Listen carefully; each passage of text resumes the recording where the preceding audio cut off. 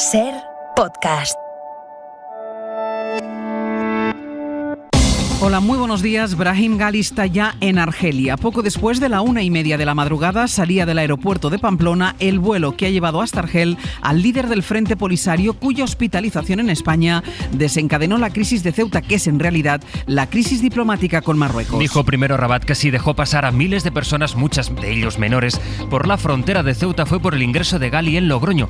Luego ya dijo que no, que la crisis era por la soberanía del Sáhara, ni se debía a un solo hombre, dijo, ni se resolvería con su partida. Pero el caso es que ese hombre ha partido ya. José Luis Astre, hola. Hola, buenos días. Una vez que la Audiencia Nacional del juez de la Audiencia Nacional, Santiago Pedraz, no viera indicios de delito. Una vez que tuvo que dar la vuelta el primer avión que Argelia mandó a Logroño. Una vez que una ambulancia le llevó de Logroño a Pamplona, superadas todas esas veces, Gali ya no está aquí en España. Madrid ha informado a Rabat de la salida, pero lo que nos vamos a preguntar esta mañana es en qué punto deja esto el conflicto diplomático entre Marruecos y España. Y ese vallo es uno de los asuntos que preocupan ahora mismo en la política europea. Sí, Bruselas hace equilibrios para evitar una escalada diplomática con Rabat, al tiempo que deja claro que no va a aceptar chantajes para modificar su posición sobre el Sáhara Occidental.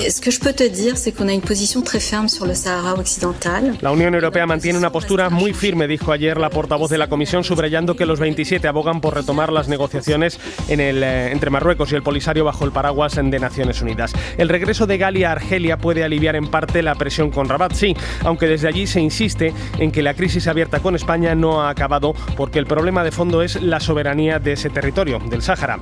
Lo que sí ha habido en las últimas horas es un gesto del rey marroquí, de Mohamed VI, que ha dado la orden de dejar que los menores que hayan llegado a España en las últimas semanas puedan volver a su país si están debidamente identificados. Por ahora, solo 4 de los más de 1.000 menores llegados a Ceuta tienen planes de reunirse con sus familias. Vemos que cambia, si es que cambia algo la relación entre el gobierno y la oposición por Marruecos. Cuanto antes deseamos que se vuelva a la normalidad en las relaciones diplomáticas que tenemos entre ambos países. Que tiene que tener una posición internacional más responsable. Tenía que haber hecho, no haber roto la tradición de visitar Marruecos como primer viaje internacional. Todo el suceso relativo a Gali creo que es de una torpeza tremenda. Es verdad que preocupa la cepa india y que la vacunación todavía no permite hablar de inmunidad de grupo. Pero empezamos a encontrarnos con titulares como este. Por primera vez desde julio, el Reino Unido no ha registrado ningún fallecido. Aunque hay letra pequeña en ese titular. Londres, Begoña Arce. Desde el 30 de julio del 2020, el Reino Unido no tenía una cifra cero de muertos de coronavirus. Un momento importante, justo a 3 semanas de que el gobierno británico elimine las últimas restricciones de distancia social en Inglaterra y permita eventos sin límite de participantes como festivales, conciertos o bodas y funerales. Aumenta el optimismo porque se constata el efecto de la vacunación. Prácticamente todos los casos de coronavirus son de personas menores de 50 años o que no se han vacunado. La variante de la India preocupa, sin embargo. El número de esos casos es aún menor, pero crece exponencialmente y puede retrasar esa eliminación de las últimas restricciones que está prevista para el 21 de junio. Hoy se reúne aquí el Consejo Interterritorial que estudiará la propuesta de Sanidad para abrir las discotecas hasta las 2 de la madrugada y en aquellas zonas con menos incidencia. Andalucía ha decidido alargar las restricciones que ya tiene, frena su desescalada porque está subiendo allí la incidencia. Lo ha hecho en 4 puntos en las últimas 24 horas. Basándonos en el principio de precaución, este Comité Regional de Alto Impacto ha decidido alargar las decisiones tomadas hace 21 días. En el conjunto de España la incidencia sigue a la baja. Estamos en 120 casos por cada 100.000 habitantes y también aquí hay letra pequeña. Sonia Ballesteros. Si miramos qué ha pasado comunidad a comunidad, vemos que hay 11 territorios donde la incidencia no ha bajado, sino que ha subido. Se trata de aumentos muy desiguales, desde la 10ª de Asturias o las 2 décimas de Aragón y Baleares, al incremento de 6 puntos que han registrado La Rioja y Ceuta. En el lado opuesto, con descensos en la incidencia muy por encima de ese punto que marca la media, encontramos a Melilla, que desciende 10 puntos, y a Madrid con 5. Y en cuanto a la vacuna, la propuesta que van a estudiar el Ministerio y las comunidades es que la población que tiene entre 40 y 49 años reciba la de Janssen, que es monodosis. Esta mañana será noticia también el dato del paro que conoceremos a las 9. Mayo suele ser un buen mes por las contrataciones para la campaña de verano y se espera que así sea también esta vez. Ya por la tarde se va a producir otra de las imágenes de este miércoles, la declaración de María Dolores de Cospedal en la comisión del Congreso caso que investiga la Kitchen. Está investigando si la policía espió a Bárcenas para hacerse con las pruebas que pudiera tener contra el PP. El debate en Europa ha llegado a los impuestos. La Unión va a obligar a las grandes multinacionales, las que facturen más de 750 millones, a que publiquen lo que pagan en impuestos en cada Estado miembro. Eso mientras los países ricos están discutiendo si hay que crear un impuesto de sociedades en el mundo, una medida que evite los paraísos fiscales. Y en Estados Unidos.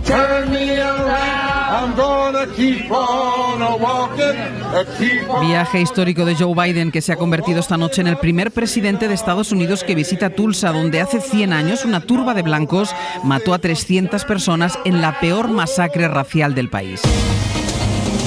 Es miércoles, es 2 de junio. Pablo Morán, buenos días. Buongiorno, Ángels. Ciao, sastre. Pero bueno, ¿y esto? Bueno, es que hoy es el Día de la República en Italia, el 75 aniversario de su nacimiento, cuando los italianos votaron en referéndum su forma de Estado renunciando a la monarquía de los Saboya. Fue el día 2 de junio del año 46. Hoy se va a recordar esta fecha allí en Italia con unas celebraciones austeras por la pandemia en torno al Palacio del Quirinale en Roma. Pero fijaros, ya por entonces había quienes se oponían a la República y aseguraban que llegaría al comunismo a Italia. Hasta el Papa Pío XII intervino alertando del peligro de hundir la civilización mediterránea. Que me recordarán esos mensajes catastrofistas. Se ve que todo vuelve y después de las tremendas granizadas de ayer, hoy se impone la estabilidad en casi todo el país. Os contaré que en Ávila, por ejemplo, hubo que sacar las quitanieves ayer para apartar el pedrisco. A esta hora esas tormentas todavía descargan en Cataluña. Y ya por la tarde se van a trasladar a Galicia y la cornisa cantábrica. En el resto cielos mucho más despejados y temperaturas en ascenso. A priori, la salida de Brahim Ghali de España no resuelve nuestra crisis diplomática con Marruecos, porque lo que le interesa a Rabat de verdad es nuestra postura sobre el Sáhara Occidental. Pero Naciones Unidas recordaba anoche que hay resoluciones sobre la excolonia, resoluciones que apuestan por un referéndum de autodeterminación para ese territorio. Esa es la referencia también de la Unión Europea que señalaba este martes la portavoz de la Comisión. Bruselas, Griselda Pastor. Buenos días. La Unión no quiere un conflicto generalizado con Marruecos, pero tampoco puede aceptar que su gobierno juegue abiertamente al chantaje con el tema del Sáhara Occidental. Tenemos una posición firme sobre el tema del Sáhara Occidental y no se ha modificado, lo hemos dicho y lo repetimos, nada va a hacernos cambiar de posición. La portavoz de la política exterior reitera que la Unión llama a retomar las negociaciones bajo el paraguas de la ONU para encontrar una solución justa, durable y mutuamente aceptable conforme a las resoluciones del Consejo de Seguridad. Y esto tras reiterar que Josep Borrell habló la semana pasada con el ministro de Exteriores marroquí, pendientes de que la crisis remita. La estrategia en esta crisis de Marruecos ha sufrido un revés. Estados Unidos ha desmentido que vaya a participar en unas maniobras militares en el Sáhara Occidental, una operación con la que Rabat quería escenificar el apoyo de Washington a su postura. Corresponsal Marta del Vado. Estados Unidos confirma que las mayores maniobras militares que cada año ejecuta en África se realizarán en Marruecos, pero no en el territorio del Sáhara Occidental, como había confirmado esta semana el presidente marroquí. España se desmarcó de este ensayo militar conocido como Africa Lion, que se va a celebrar entre el 7 y el 18 de junio al sur de Marruecos, pero no entrará en territorio saharaui, según fuentes del Comando Central de las Fuerzas Armadas estadounidenses para África. Marruecos buscaba con estas maniobras afianzar la legitimación de la administración Biden sobre la soberanía del Sáhara Occidental, que respaldó Trump 6 semanas antes de dejar su cargo a cambio de la normalización de relaciones con Israel. Sin embargo, la actual Casa Blanca sigue sin concretar su postura sobre el Sáhara. Fuentes del Departamento de Estado se limitan a decir que están consultando en privado con las partes implicadas para acabar con el conflicto. Por cierto, que a partir de las 8 de la mañana analizaremos con Nicolás Castellano otro aspecto derivado de esta crisis, el anuncio de Mohamed VI para resolver la situación de los menores que cruzaron la frontera. El rey Alauí ha dado orden a sus ministerios de Interior y Exteriores para facilitar el regreso de esos menores que estén debidamente identificados y zanjar este asunto definitivamente. No quiere Rabat que este tema sirva de argumento a España en la actual crisis. Pero es que la situación de estos pequeños está entre lo más preocupante de esta tensión con nuestro vecino del sur. Las comunidades autónomas negocian acoger a más menores que están ahora en Ceuta. Del otro lado de la frontera, Marruecos ha reforzado de nuevo la vigilancia ante el regreso de cientos de chicos más en las últimas horas con la intención de pasar a territorio español. La verdad es que no sé qué hacemos aquí con todo este lío cuando Pablo Casado insiste en que él ya vio venir todo lo que está pasando. Algunos llevamos avisando desde hace un año. Le hemos transmitido es que tiene que tener una posición internacional más responsable. Pero en lo que anda volcado el Partido Popular es en su campaña contra los indultos a los presos del Procés.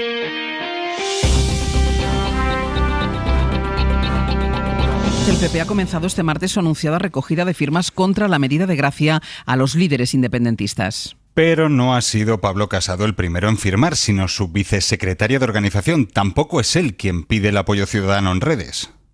Parece dispuesto a todo con tal de seguir en la Moncloa, pero juntos podemos frenar esta deriva. Pedimos... Y también le deja el protagonismo a otro vicesecretario, a Pablo Montesinos. Sobre la presencia de Casado en Colón, también la de Arrimadas, y su intención de no repetir la foto de hace 2 años, le preguntaban ayer al portavoz de Vox, a Iván Espinosa de los Monteros. Nosotros preferimos no tenernos que fotografiar con aquellos que no piensen exactamente lo mismo que nosotros o que sean más tibios. En Moncloa le preguntaban a la portavoz del Gobierno, a María Jesús Montero, por la posibilidad de que Oriol Junqueras forme parte de la mesa de diálogo para Cataluña, que se reactivará cuando acuerden Pedro Sánchez y Pere Aragonés, posiblemente en la charla que mantendrán esta semana. El Gobierno se va a sentar con el Gobierno de Cataluña.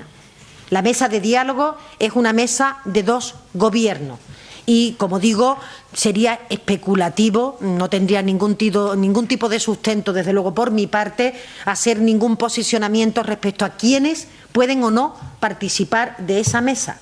Lo que he comentado es que entiendo que a lo largo de estas próximas semanas, cuando se vaya a proceder a su convocatoria, las delegaciones trasladarán cuáles son los nombres que la compondrán. Anda el PP volcado en todo esto de los indultos mientras reaparece su pasado más inmediato. Y no solo por esa comparecencia de Dolores de Cospedal prevista para hoy en la comisión parlamentaria de la Operación Kitchen.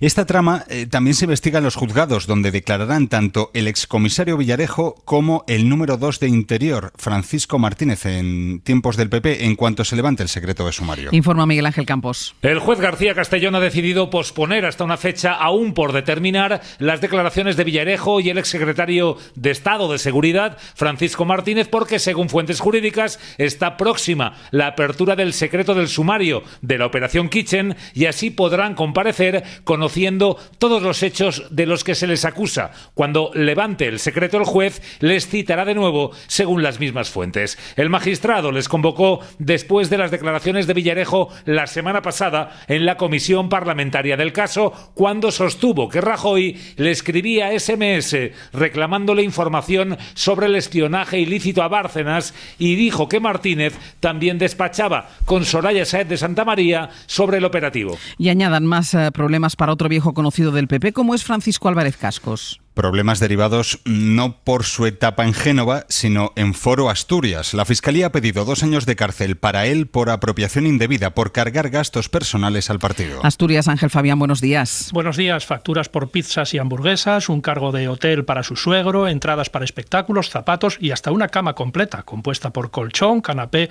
y 4 patas. Son algunos de los gastos que el exsecretario general del PP y exvicepresidente del Gobierno con Aznar cargaba, según el fiscal, al partido que después fundó, Foro Asturias. Es esta formación que ahora le acusa de un delito continuado de apropiación indebida. El fiscal acaba de presentar su escrito de acusación, cifra los gastos cargados de forma indebida en 5.550 euros y pide para Álvarez Cascos 2 años de cárcel y que indemnice a Foro Asturias con la cantidad indebidamente cobrada más intereses. Foro Asturias le denuncia por unos 400.000 euros. La Fiscalía considera que la diferencia es atribuible a la actividad profesional de Cascos al frente del partido. Y en Madrid, polémica por el uso del Colegio de Médicos en una campaña antiabortista. La dirección del colegio lo niega, pero uno de sus facultativos ha utilizado el boletín de la organización para buscar voluntarios para que disuadan a las mujeres que quieren interrumpir su embarazo. Madrid, Cristina Machado, buenos días. Buenos días, Ángels. El Colegio Oficial de Médicos se desvincula de la iniciativa de uno de sus miembros que efectivamente ha usado el boletín del colegio para pedir voluntarios que lo acompañen en una furgoneta a las puertas de las clínicas abortivas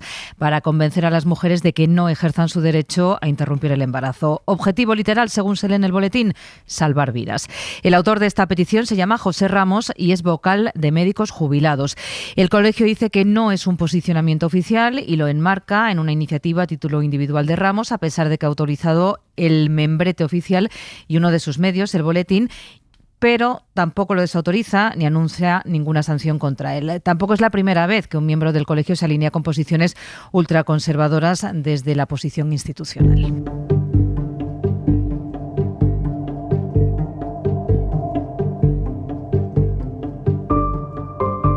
The joint session of Congress, according to the intelligence community, terrorism from white supremacy is the most lethal threat to the homeland today.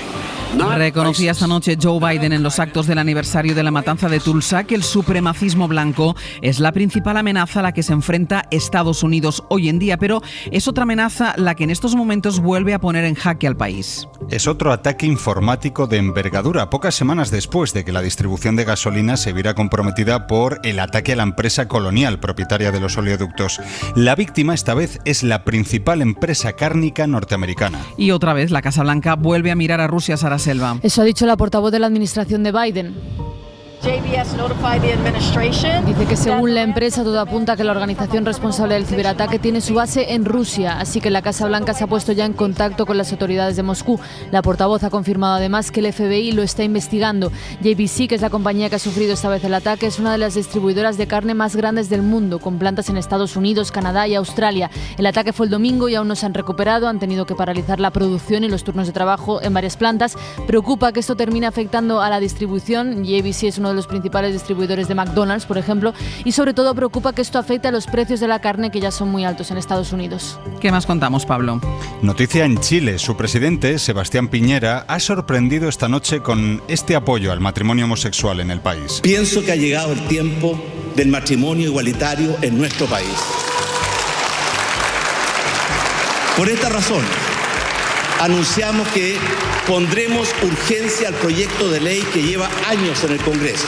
Fue su anuncio sorpresa en una comparecencia en el Congreso chileno en la que pidió perdón por sus errores de gestión y anunció la creación de una fiscalía especial para investigar los abusos contra los derechos humanos en la crisis social de 2019. Y sin ingreso mínimo vital. Oxfam Intermón calcula que 1,5 millones de personas que viven en pobreza severa no han tenido todavía acceso a esa ayuda. Son sus cálculos ahora que se va a cumplir el primer año de la aprobación de esta ayuda, para la que exigen mejoras, cambios para facilitar el acceso al ingreso. Dice esta organización que los fallos en su diseño e implementación lo convierten en una herramienta con limitado impacto. Hoy por hoy, con Ángeles Barceló. Con algunas imágenes que se han producido esta noche, podríamos componerles el relato e incluso el álbum que trae la actualidad para este miércoles, Astre. Podríamos empezar con el vuelo que ha llevado de Pamplona a Argel al líder del Frente Polisario, a Brahim Ghali, que ha salido ya de España poco antes de las 2 de la madrugada. Sin mucho revuelo, así llegaba en ambulancia de Logroño a Pamplona. La salida de su avión es la imagen de la que más se va a hablar hoy aquí. De la que se habla ahora mismo en Estados Unidos, se ha producido también esta noche en Tulsa, donde se produjo hace 100 años la peor masacre racial en la historia del país. This was not a riot. This was a massacre. Un siglo ha tenido que pasar para que acuda a esta ciudad de Oklahoma un presidente, ha sido Biden, que dice que aquello no fueron disturbios de blancos, aquello fue una masacre, un acto de odio y de terrorismo de supremacistas que acabaron con la vida de 300 negros. Viola sobrevivió a aquella masacre. Viola tiene 107 años, tenía 7 por tanto cuando sucedieron los hechos que decía aquí, no ha podido olvidar, se lo ha explicado al propio Biden. Y en varias de las portadas que ahora repasaremos se encontrarán con la imagen de los reyes dentro de la recreación del Zulo en el que estuvo secuestrado Ortega Lara. Es la recreación de ese Zulo que puede visitarse en el Memorial de las Víctimas que ayer se inauguró en Vitoria. Y la imagen que viene en los periódicos italianos esta mañana es la salida de prisión de Giovanni Brusca, el terrorista que puso la bomba que mató al juez antimafia Giovanni Falcone, a su mujer, a sus 3 escoltas, el hombre que fue mano derecha del capo de la Cosa Nostra, de Totò Riina, el individuo que confesó haber matado a 150 personas, entre ellas el hijo de un arrepentido de la mafia, un chico de 15 años cuyo cuerpo luego disolvió en ácido. Dopo 25 anni in carcere, ieri Brusca ha iniziato la sua terza vita. Tercera vida, decían los medios, que inicia después de 25 años en prisión uno de sus hombres más sanguinarios, pero que luego fue él mismo un arrepentido, que se puso por tanto a colaborar con la justicia. En su liberación, la hermana del juez Falcone ha dicho: es doloroso, pero es la ley que mi hermano hubiese querido que se cumpliera, porque fue Falcone precisamente quien defendió los beneficios penitenciarios para quienes cooperasen en las investigaciones. Y hay todavía otra imagen que aún no se ha producido, pero que no tardará, que les adelantó aquí en la SER Antón Meana, y es la vuelta de Carlo Ancelotti al banquillo del Real Madrid, pero eso lo comentamos enseguida con Dani Garrido. Es miércoles, es 2 de junio. Y estos son los titulares a esta hora. Exteriores ha comunicado a Marruecos el regreso a Argelia de Brahim Ghali. En Rabat, Mohamed VI ha ordenado resolver la situación de los menores no acompañados en España para que puedan regresar a su país. Europa obligará a las grandes multinacionales a publicar lo que pagan de impuestos en cada Estado miembro. La medida afectará a las empresas que facturen más de 750 millones de euros y se adelanta al impuesto de sociedades que se negocia en la OCDE. El Papa incluye la pederastia en el Código Penal del Vaticano, aunque fija la prescripción en los 20 años. La aplicación no va a ser inmediata, todavía tardará meses y se incluye después de un debate que se ha prolongado más de 14 años. Sanidad revisará hoy con las comunidades autónomas la estrategia de vacunación. Cuenta con el visto bueno de los expertos para incluir las monodosis de Janssen para la generación del baby boom, los que tienen entre 40 y 49 años. Y también debatirán la propuesta de Sanidad para reabrir el ocio nocturno, para hacerlo solo en las zonas con menor incidencia del virus y todavía con límites de aforo, y en las pistas de baile que todavía no se van a poder utilizar. Y además, Pablo, el rey del cachopo, que ya espera la condena de los jueces después de que el jurado popular le haya declarado culpable de asesinar y descuartizar a su novia. El abogado de César Román confía en poder dar la vuelta a esta sentencia a través de un recurso. Radio Madrid, Cristina Machado, buenos días. Buenos días, Ángels. La decisión ha sido unánime. Los 9 miembros del jurado han encontrado a César Román culpable. Culpable del hecho delictivo de homicidio. Culpable del hecho delictivo de profanación de cadáveres. Porque aunque no se ha podido determinar la causa de la muerte, dice el jurado que ha quedado claro que el cuerpo era el de Heidi Paz, que su muerte no fue accidental, que el acusado intentó hacer desaparecer los restos rociándolos con sosa cáustica y que luego huyó a Zaragoza, donde fue detenido bajo una identidad falsa. En unos días la Audiencia Provincial determinará la condena. La Fiscalía pedía 15 años de cárcel, la acusación particular 28. La abogada de Román dice que no hay pruebas de la culpabilidad de su defendido y que una vez más ha quedado demostrado que el jurado popular no funciona. En la cadena SER, Hoy por Hoy, con Ángeles Barceló. Vuelven al estudio Pedro Ibayo con Sastre, que no se ha ido. Con los tres vamos a repasar como cada día lo más importante de la prensa. Y bueno, las noticias de la madrugada es la salida de España de Brahim Ghali. ¿Qué cuenta la prensa sobre la crisis con Marruecos, Pedro? Está en todos los diarios y ese viaje de vuelta desde Pamplona y hasta Argelia. El País contrapone la decisión judicial de dejar en libertad al líder del Frente Polisario, a Ghali, con la ira, es el término que utiliza, la ira que viene demostrando Marruecos estos últimos días. Y en su editorial El País asume que Marruecos se destapó esta semana con ese comunicado que emitió el lunes, que la presencia de Ghali en España es un pretexto, que Marruecos intenta forzar el cambio de posición de España sobre el Sáhara y que en este contexto es impropio, dice El País, de un hombre de Estado, habla del líder del PP, dar pábulo a la posición marroquí y no estar al lado del gobierno. La Razón augura nuevos picos de tensión. No es descartable, dice este periódico, que Marruecos prolongue el conflicto. En todo caso, La Razón, después de criticar la gestión que el gobierno ha hecho de la acogida a Ghali, sostiene que la respuesta marroquí no puede forzar un cambio en la posición española. Este diario no entiende la atonía diplomática de nuestro país con la Casa Blanca. Y La Vanguardia pone en su editorial en valor los silencios de 3 instituciones: el gobierno de Estados Unidos, el gobierno francés y Naciones Unidas. Silencios sobre este grave pico en la crisis bilateral. La política de hechos consumados, dice La Vanguardia, beneficia las tesis de Marruecos, pero no hasta el punto de poder humillar a España. En esta hora del compromiso, dice este diario, Madrid y Rabat tienen que echar el freno. Y también la prensa marroquí, echando un vistazo a esta noticia cautelosa hoy sobre la crisis con España. Le Matin destaca que Mohamed VI ha firmado esa orden para facilitar el regreso de Marruecos a Marruecos de los menores no acompañados como un gesto para tratar de aliviar las tensiones. Solo Telquel habla de la salida de Brahim Ghali. Dice que tras un primer intento de fuga fallido, el líder de las milicias saharauis aprovechó la decisión del juez Pedraz de no tomar medidas cautelares en su contra para regresar a Argelia. El torturador del Polisario, dice el Agdad, se presentó ante la justicia española y efectivamente Pedraz permitió su marcha, dejando que el líder del Polisario abandonara España sin ningún tipo de cortapisas. Y hoy hay algunos análisis en la prensa nacional, Pedro, sobre la pandemia. Sí, hay 2 artículos de corte internacional, uno en El País, otro en El Mundo, sobre una misma realidad: cómo acabar con la brecha en el proceso de vacunación entre los países ricos y los pobres. En El País, un artículo que firman la directora del Fondo Monetario Internacional, el director de la Organización Mundial de la Salud, el presidente del Banco Mundial y la directora de la Organización Mundial del Comercio. Ellos dicen que el 40% de la población debería estar vacunada a final de este año, el 60% en el primer semestre del 2022. Proponen aumentar en 1.000 millones de dosis la capacidad de producción mundial de las vacunas. Proponen invertir en las zonas de menor producción, compartir conocimientos y tecnología, extender las pruebas pruebas de COVID, garantizar el oxígeno, garantizar tratamientos y medidas de salud pública, y todo por 50.000 millones de euros. Y también sobre las vacunas, Josep Borrell en El Mundo. Dice que es necesario garantizar el suministro a los países más pobres, que hay que evitar la diplomacia de las vacunas, es decir, que se supedite el envío de dosis a la obtención de resultados políticos en esos países a los que se les envía. O evitar también el nacionalismo de las vacunas, es decir, hacer acopio de dosis para uno mismo. Los países que pueden, dice Borrell, deben aumentar su producción, deben vacunar más a los suyos, deben exportar más, deben evitar medidas restrictivas, transferir conocimientos y tecnología. Ayer se ponía en marcha la plataforma europea que permite ya a varios socios usar el pasaporte de vacunación. España lo hará el próximo día 7. Cuenta el New York Times que en Nueva York tienen algo parecido. Se llama el Pase Excelsior. Es una especie de pasaporte, pero eso sí que permite asistir a eventos. No es que facilite los viajes nacionales o internacionales, y apenas ha recibido desde marzo 1 millón de descargas, a pesar de que en el estado de Nueva York hay más de 9 millones de personas vacunadas. Y llama la atención que el Guardian ha adoptado ya rápidamente la nueva forma de nombrar a las variantes del virus, ¿recordáis? Con las letras del alfabeto griego. Bueno, la variante Delta, la que fue identificada en la India, se extiende por el país, dice el Guardian, aunque Boris Johnson no ve razones de peso para frenar la desescalada. No es eso lo que llama la atención, sino el uso de la letra Delta.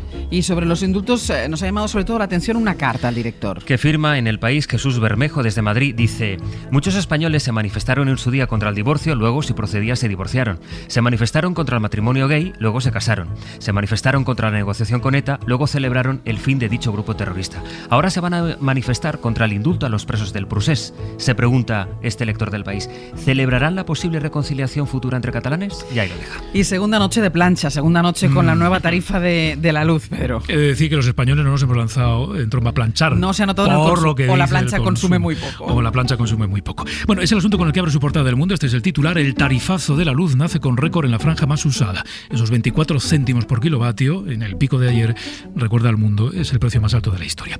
A veces escribe un editorial crítico con ese nuevo sistema. En realidad, al diario ABC el sistema le parece bien que se establezcan tramos horarios. ¿Cuál es el problema entonces? Pues según ABC, el uso político del concepto, diciendo a los españoles que tienen que planchar de madrugada. Y una frase en la contra de La Vanguardia que no voy a decir sin mirar a nadie, ¿eh? Ser amable, dice el doctor en química orgánica David Hamilton, titular, ser amable reduce la depresión, la ansiedad, el estrés y rejuvenece. Y dice algo más al final de la entrevista. Espera. Dice: la amabilidad es un acto de valentía. Pues mira si soy amable, que le voy a dar la última palabra a Bayo. Pues a ver si rejuvenece esto. ¿Os habéis preguntado alguna vez cuántos años podréis llegar a cumplir? ¿85, 90, 100, 110? Bueno, hay un tope máximo, pase lo que pase en vuestras vidas. 150, lo dice un estudio que publica la revista Nature, que sitúa en ese margen, los 150 años, el límite máximo que podríamos llegar a vivir más allá de enfermedades y estrés. Caeremos antes. Hoy por hoy, Ángeles Barceló. 7:44 de la mañana, 6:44 en Canarias. Viene con muchas cosas hoy la actualidad deportiva y se va a encargar de explicarlas del director de Carrusel Deportivo, Dani Garrido. Buenos días. Y además tengo plancha. ¿Qué tal? Buenos días, Ángeles. Bueno, pero puedes mirar, como estás teletrabajando desde casa, mientras estás hablando conmigo, tú dale a la plancha, ¿eh? No dejes de hacerlo. A ver, no hay problema. La plancha deportiva, que tiene un nombre, Ancelotti, vuelve al Real Madrid, lo adelantó Antón Meana, se confirma el Real Madrid, aunque su presentación no va a tener el bombo y la parafernalia de otras ocasiones. No, va a ser 6 de la tarde de forma telemática, es el retorno, Ángeles, del líder tranquilo, así se le conoce, un hombre de mano izquierda, de talento dirigiendo, un viejo conocido que además fue profesor de Zidane, era su segundo en el Madrid, ganó la 10ª, ganó una Copa del Rey, el Mundialito y la Supercopa, y fue relevado en su momento al segundo año por razones esgrimidas como que al equipo le faltaba trabajo y base física. Bueno, los años han pasado, es un entrenador que cae bien, que es un especialista en calmar las cosas, la primera vez llegó tras Mourinho, no es un técnico para una revolución, sí para matizar y cambiar alguna pieza, y a la espera de un verano de fichajes en el que parece que no va a haber demasiados cambios en el Madrid. Son 3 años de contrato, algo que ayer también anunciamos y que llamó la atención porque el club esperaba darle 2, pero él pidió 3 porque le faltaba 1 en el Everton. Así que lo dicho, hoy escucharemos explicaciones, Ángeles, a eso de las 6 de la tarde. Vía telemática, ¿eh? No hay presentación en ningún campo. Eso es. No, va a ser vía telemática, se le van a poder efectuar evidentemente las preguntas, pero no va a ser presencial, pero no se va a librar de 30 a 40 preguntas fácilmente. Y una buena noticia fuera del fútbol. Carla Suárez, después de 15 meses recuperándose de su cáncer, volvió ayer a Roland Garros. Sí, fue ayer realmente emocionante ver a Carla competir. Lo de menos seguramente era el partido, pero incluso estuvo cerquísima de ganarlo porque ganó el primer set y el segundo lo tenía 5-4 y 30-0 a favor. Fueron 2 horas 24, ganó Sloane Stephens. Carla muy emocionada, el esfuerzo fue grande, lógicamente le falta ritmo. Acaba de superar un linfoma de Hodgkin hace unos meses, del que ha sido tratado durante un año. Sesiones de tratamiento duras, además en plena pandemia, tiene 32, ya dijo antes de la enfermedad que ha superado, que se retiraba, pero ahora va a disfrutar de los últimos torneos. Claro que sí. Un gran triunfo para ella a pesar de la derrota. Y la mala noticia la supimos ahí al mediodía. Carolina Marín se pierde los Juegos Olímpicos. Sí, era la mejor baza española para Tokio, es campeona olímpica en Río, 3 veces campeona del mundo y 5 de Europa, y en un entrenamiento rutinario se ha roto el ligamento cruzado y los 2 meniscos de la rodilla izquierda. ¿En un entrenamiento le pasó? Sí. Fruto de que ella va a tope siempre y por eso es una campeona, pero fue en el CAR de Madrid, se le quedó la rodilla enganchada. Le pasó en 2019 en plena competición, pero en la otra rodilla. Es una lástima grande, son 5 años con la mente puesta en Tokio y ahora se lo va a perder, ¿no? Va a ser operada. Y ojo, porque también Ángeles tiene difícil que esté en el Mundial que se va a disputar a finales de año y además en su casa en Huelva. Bueno, pues te voy a dejar, Garrido, que sigas planchando. Voy con la camisa, almidón Vas por la camisa almidón ahora. no, en los cuellos. No, Ese pero cuidado con las arrugas en las mangas. Hasta luego. Hasta luego.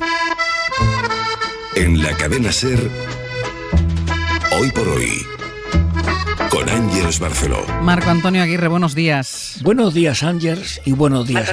Marco Antonio. ¿Qué pasa? Informe del Ministerio. Ah, vale. El Ministerio de Sanidad informa que cuando la mascarilla ya no sea necesaria en exteriores, todos aquellos que la han estado llevando mal, con la nariz por fuera, deberán llevar una mascarilla pequeña que les tape solo la nariz y así compensar todo el tiempo que la han llevado por fuera. Y deberán llevarla ya para siempre. Ay, cómo me gustaría que esto fuera de verdad. Marco Antonio Aguirre. Hola, muy buenos días. El líder del Frente Polisario, Brahim Gali, ya ha abandonado España. Ha sido esta madrugada en un avión que ha despegado del aeropuerto de Pamplona. Por la mañana había declarado en la Audiencia Nacional y el juez había decidido dejarle en libertad sin dictar ninguna medida cautelar. La respuesta a si la salida de Gali de territorio español resuelve la crisis diplomática abierta con Marruecos la encontramos en las propias palabras del gobierno marroquí, que ayer desvió el foco. La crisis no era por la atención al líder polisario en un hospital español, era por la posición española sobre el Sáhara. Así que con Gali fuera, la crisis no parece que pueda darse por resuelta, al menos este episodio de la crisis. La postura de España sobre el Sáhara es de sobras conocida y el propio presidente del gobierno se encargó de enfatizarla. La postura de España es la postura de Naciones Unidas. La salida del conflicto tiene que ser negociada en el marco de la ONU, lo mismo que lleva defendiendo España durante décadas, lo que ya hace décadas que saben el gobierno y el rey de Marruecos. Así que con la marcha del líder del Polisario, la primera excusa que se dio para explicar lo que había pasado en la frontera con Ceuta, nada ha cambiado, con lo que Marruecos puede volver a activar la palanca del conflicto como y cuando quiera, y la manera como lo hace habitualmente ya la conocemos: utilizar a sus ciudadanos como moneda de cambio. La firmeza de España en la respuesta no parece que vaya a resquebrajarse. Ángeles Barceló. Mejora un poco el tiempo, aunque hoy también habrá tormentas, Jordi. Será durante la tarde y especialmente en la mitad este de Cataluña. Todavía pueden descargar con intensidad, pero muchas menos extensas que las de ayer. De hecho, en la mayor parte del país va a hacer sol, algo de fresco ahora mismo, calor moderado durante la tarde y como novedad, nubes en aumento en Galicia y sobre todo el Cantábrico, con algunas lluvias pero de carácter débil. 100 kilómetros hay de Logroño a Pamplona y unos 800 en línea recta entre Pamplona y Argel. Y en esos kilómetros, que son los que ha recorrido esta madrugada el líder del Frente Polisario, se explica el último episodio de la crisis entre España y Marruecos. Había dicho Rabat que la crisis no se limita al asunto con un nombre, así que ahora que no está ese hombre, Brahim Gali, la duda es qué intensidad va a tener el choque diplomático. Sastre, buenos días. Buenos días, Barceló. Lo que Marruecos había puesto por escrito es que esta crisis no comienza con la llegada de Gali ni terminará tampoco con su partida. En cualquier caso, ahora parece evidente que estamos ya en otra fase, sin Gali aquí, al que ayer el juez Santiago Pedraz declinó poner medidas cautelares. Argelia envió un avión hacia Logroño, pero el gobierno lo mandó de vuelta. Alegó que por razones operativas no podía aterrizar en ese aeropuerto. Ana Terradillos, buenos días. ¿Qué tal? Buenos días. Pero finalmente otro avión fue a Pamplona y desde allí he despegado poco antes de las 2 de la madrugada. Sí, eso es un avión civil francés fletado por Argelia y esta vez Ángels con autonomía suficiente de vuelo, con todos los permisos otorgados por Exteriores y Fomento y con una delegación diplomática argelina a bordo que ha acompañado a Brahim Ghali, al líder del Frente Polisario, durante todo el viaje. El avión ha salido poco antes de las 2 de la mañana del aeropuerto de Noain y Ghali llegó desde el hospital de Logroño, donde ha estado ingresado a bordo de una ambulancia 2 horas antes de este despegue. Según Exteriores, Ghali parte con la misma documentación importante, esto a su nombre, con la que entró en España, un pasaporte diplomático que se otorgó por razones humanitarias. Sin Brahim Ghali aquí, la pregunta es cómo quedan ahora las relaciones diplomáticas. Ese es el asunto que hay que seguir ahora. Europa no quiere conflictos con Marruecos, pero sí que ha avisado.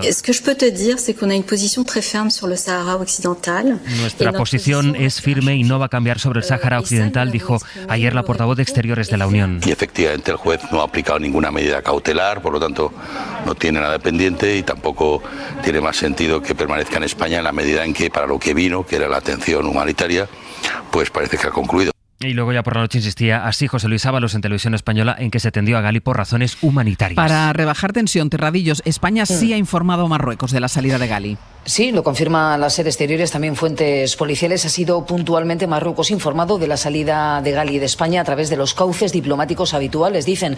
Así lo recoge además el último punto de ese comunicado que enviaba anoche Exteriores. Es lo contrario a lo que hizo el gobierno español cuando Ghali entró a nuestro país. Entonces no informó, ahora lo hace para evitar más tensión diplomática. Terra, gracias. Hasta luego. En Ceuta, en la frontera, la situación ha cambiado en estas horas. Miguel Ángel Mendoza, buenos días. Buenos días, pues la situación se mantiene tranquila, eso sí, con la vigilancia habitual, intentando recuperar el tono. Eso tras un martes con mucho ajetreo en la oficina de asilo del Tarajal, con solicitudes de protección internacional de marroquíes ante una posible devolución hoy a su país. Seguimos, eso sí, viendo a menores y adultos por las calles, pero cada vez menos.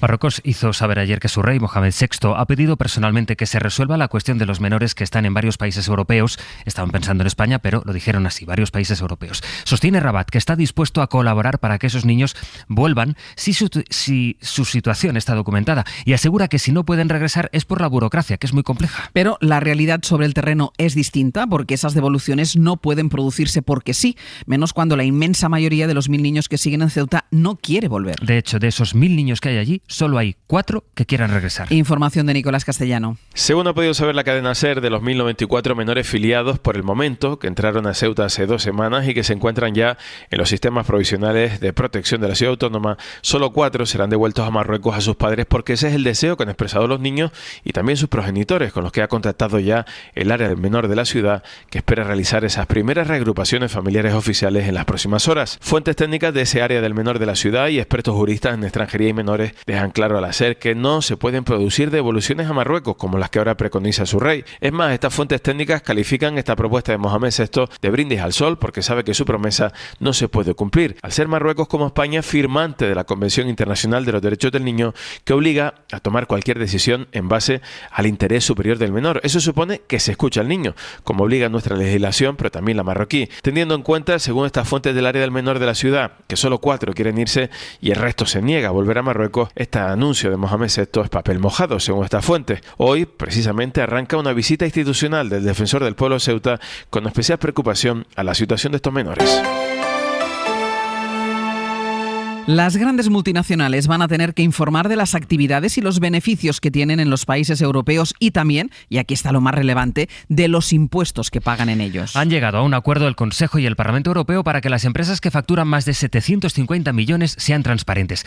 Y eso se produce en un contexto muy concreto, porque mientras la OCDE está negociando todavía cómo establecer un impuesto de sociedades mínimo conjunto en todos los países, como propone Joe Biden. Corresponsal comunitaria Griselda Pastor. En temas de impuestos y multinacionales no será fácil para los europeos trasladar a su legislación el impuesto que negocian con Biden, lo ha dicho el comisario Gentiloni. Si llegamos al acuerdo, si la propuesta americana nos ayuda a cerrar este pacto global, no será fácil transponer este acuerdo a la ley europea. Ha dicho, consciente de las divisiones entre los 27, que de momento intentan recuperar algo de iniciativa en este tema, desbloqueando una antigua directiva para al menos forzar la transparencia. Eso es una obligación universal para aquellas empresas multinacionales que al menos tengan una operativa anual de 750 millones de euros al año. Es decir, estamos hablando de las muy grandes multinacionales. Iván García del Blanco, eurodiputado socialista, forma parte del equipo negociador del Parlamento que hoy, con Comisión y Consejo, buscarán confirmar qué sanciones pueden acompañar al reglamento. Lo que desde luego no es ninguna solución es taparse la cara como, ¿no?, los monos de Gibraltar y pensar que no ocurre nada cuando está ocurriendo ni más ni menos, y ocurrió, que una fractura social en toda regla entre los catalanes y entre Cataluña y España. La portavoz del Gobierno recurrió a los monos de Gibraltar para explicar la posición del Gobierno, del Ejecutivo, que prepara los indultos a los presos del proceso. Y que prepara también la negociación con la Generalitat. No es por el momento la mesa de negociación a la que urge el Gobierno de Cataluña. Es la primera conversación entre Pedro Sánchez y Pere Aragonés. Sergi López, buen día. Buen día. Pere Aragonés dice que hay que empezar a hablar cuanto antes mejor con Pedro Sánchez de la mesa de diálogo, pero también de muchas otras cosas. Venen temps de molta interlocució. Tiene un tiempo de mucha interlocución, dice Aragonés, porque es la mejor manera de defender nuestro posicionamiento, sobre todo de las cuestiones del día a día, que se tienen que atender también con la máxima celeridad. La previsión es que Aragonés hable por teléfono con Sánchez esta misma semana para poner día y hora a su primera reunión entre presidentes. Y a Pablo Casado le sorprende que sea noticia que el PP vuelva a compartir con Vox una nueva foto de Colón para manifestarse contra los indultos. Lo primero que tengo que decir es que estoy muy sorprendido por que la agenda mediática esté ocupándose del dedo y no de la luna. Es que es irrelevante qué partido secunde en una manifestación que ha convocado una plataforma cívica. Pues la agenda mediática, que es como lo llama Casado, hoy no trae buenas noticias para el PP. A las 10 de la mañana va a comparecer en la comisión de la Kitchen el empresario Ignacio López del Hierro, que es el marido de María Dolores de Cospedal, que a su vez va a declarar esta tarde en esa misma comisión. La semana que viene comparecen tanto el exministro Fernández Díaz como Mariano Rajoy. Ayer lo hizo el director general de la policía en aquella época, Ignacio Cosidó, y dice que él no supo nada de que la policía, a su mando, se dedicara a espiar con fondos públicos a Luis Bárcenas, como se está investigando, para intentar robarle pruebas que pudieran comprometer al PP. Sostiene que nunca ha hablado con Villarejo. Jamás he despachado con él, jamás he comido con él, jamás he hablado por teléfono con él y jamás le he hecho llegar ninguna instrucción a través de terceras personas.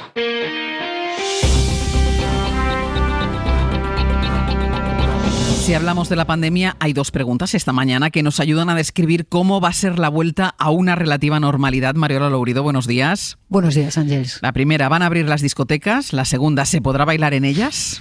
Casi un año después abrirán, pero con limitaciones, y lo de bailar no figura para nada en el documento con la propuesta de Sanidad, por lo menos de momento. El horario de cierre será a las 2 de la mañana, el aforo máximo será de 50% en el interior del local, aunque se podrá ocupar toda la terraza con distancia de seguridad. El consumo dentro se hará sentado en mesas con un límite de 6 personas y de 10 personas fuera.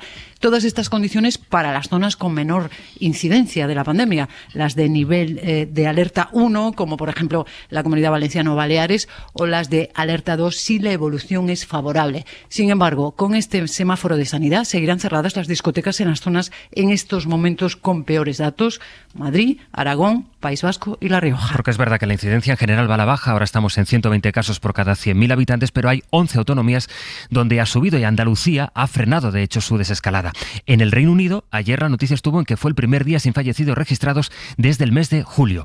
Y aquí sabemos ya que las personas que tienen entre 40 y 49 años, son 8 millones de españoles, van a recibir la vacuna monodosis de Janssen. Eso, Mariola, si hay dosis suficientes. Y ahora mismo no las hay. Janssen sigue teniendo muchos problemas de suministro por una inspección en la fábrica principal, en la planta principal en Estados Unidos. La farmacéutica tenía que haber entregado a España 5,5 millones de monodosis, solo ha llegado a 1 millón. Sanidad espera que en julio se compense este desfase para poder acelerar con un solo pinchazo la vacunación en esta franja tan numerosa, la del baby boom, que será inmunizada masivamente este mes de junio, pero con Pfizer y Moderna. De 40 a 49 años es el grupo de edad que más contagios en términos absolutos registra, unos 5.000 a la semana, y tiene una incidencia a 7 días de 64 casos. Mariola, gracias. A ti, hasta luego.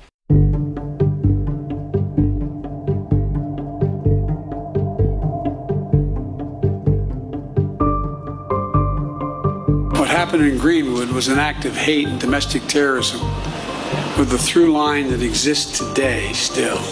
Es una de las imágenes que marcará el principio de la carrera de Joe Biden en la Casa Blanca, su viaje a Tulsa, la primera visita de un presidente de Estados Unidos a la ciudad en la que hace ahora 100 años una turba de blancos mató a 300 negros e incendió miles de casas y comercios. Fue la peor masacre racial en la historia de ese país. Corresponsal Marta del Vado. Ha tenido que pasar un siglo para que un presidente de Estados Unidos reconozca y honre a las víctimas de Tulsa, Oklahoma, en el centenario de la mayor masacre cometida por un grupo de supremacistas blancos que quemaron y destrozaron todo un barrio afroamericano conocido como el Wall Street Negro. Que se haya silenciado no significa que no haya pasado, dice Biden, que recuerda desde Tulsa que la mayor amenaza que tiene Estados Unidos actualmente no es ISIS ni Al-Qaeda, es el supremacismo blanco. Biden ha anunciado una serie de políticas para reducir la desigualdad entre negros y blancos, una de sus grandes promesas de campaña, entre ellas aumentar las ayudas a la vivienda y a las pequeñas empresas y un fondo para reconstruir vecindarios desfavorecidos, habitados sobre todo por minorías étnicas. La principal asociación en defensa de los derechos civiles cree que estas medidas no son suficientes y pide que se cancele la deuda estudiantil, una de las formas más efectivas de reducir la desigualdad, según algunos expertos. Si hace poco fue noticia el ciberataque que sufrió la empresa que controla los oleoductos de Estados Unidos, lo que provocó problemas de abastecimiento en las gasolineras, se está trabajando ahora para evitar que ocurra lo mismo con la carne. ¿Por qué? Pues porque ha habido otro ataque informático, esta vez contra la mayor empresa cárnica del país. La Casa Blanca ha vuelto a mirar hacia Rusia. Y es noticia también el Vaticano. Ahora que el Papa ha cambiado el código canónico para endurecer las leyes contra los abusos sexuales, hay avances, aunque parecen insuficientes en muchos casos. Roman Joan Solés. La no prescripción de los delitos sexuales no se contempla, ni cambia como ha hecho España, que la ha fijado en 30 años a partir de la mayoría de edad. No, el Vaticano la mantiene en 20 años a sabiendas que las víctimas, principalmente los menores, necesitan décadas para reponerse y denunciar. Tampoco prevé la implicación de la Policía Vaticana, la Gendarmería, que aún siendo miembro de la Interpol, su función parece la de guardia de tráfico urbano de visitantes. Por primera vez ha empezado a perseguir algunos delitos económicos en la Iglesia, sí, pero nunca ha intervenido en la detención de un cura pederasta con salario también de la Iglesia. En Chile, el presidente, el conservador Sebastián Piñera, ha abierto la puerta a aprobar el matrimonio igualitario, a pesar de que algunos partidos de la coalición que él preside están en contra. Piñera sostiene que ha llegado el momento de que se apruebe este proyecto de ley que empezó a tramitarse durante el gobierno de la socialista Michelle Bachelet. Pienso que ha llegado el tiempo del matrimonio igualitario en nuestro país. Por esta razón, anunciamos que pondremos urgencia al proyecto de ley que lleva años en el Congreso. Y en Colombia hay avances en las conversaciones que están manteniendo el gobierno y los organizadores de las protestas. El Comité Nacional del Paro, que es como se llama y agrupa algunas de las organizaciones sociales, se ha comprometido a empezar a despejar algunas de las carreteras que están ahora mismo bloqueadas, lo que llaman puntos de resistencia. Era la principal exigencia que tenía el gobierno para empezar a negociar. Y Salvamento Marítimo ha rescatado esta mañana a 14 personas en una patera cerca de Formentera. Anoche en Canarias rescató a más de 50 personas que intentaban llegar a Fuerteventura.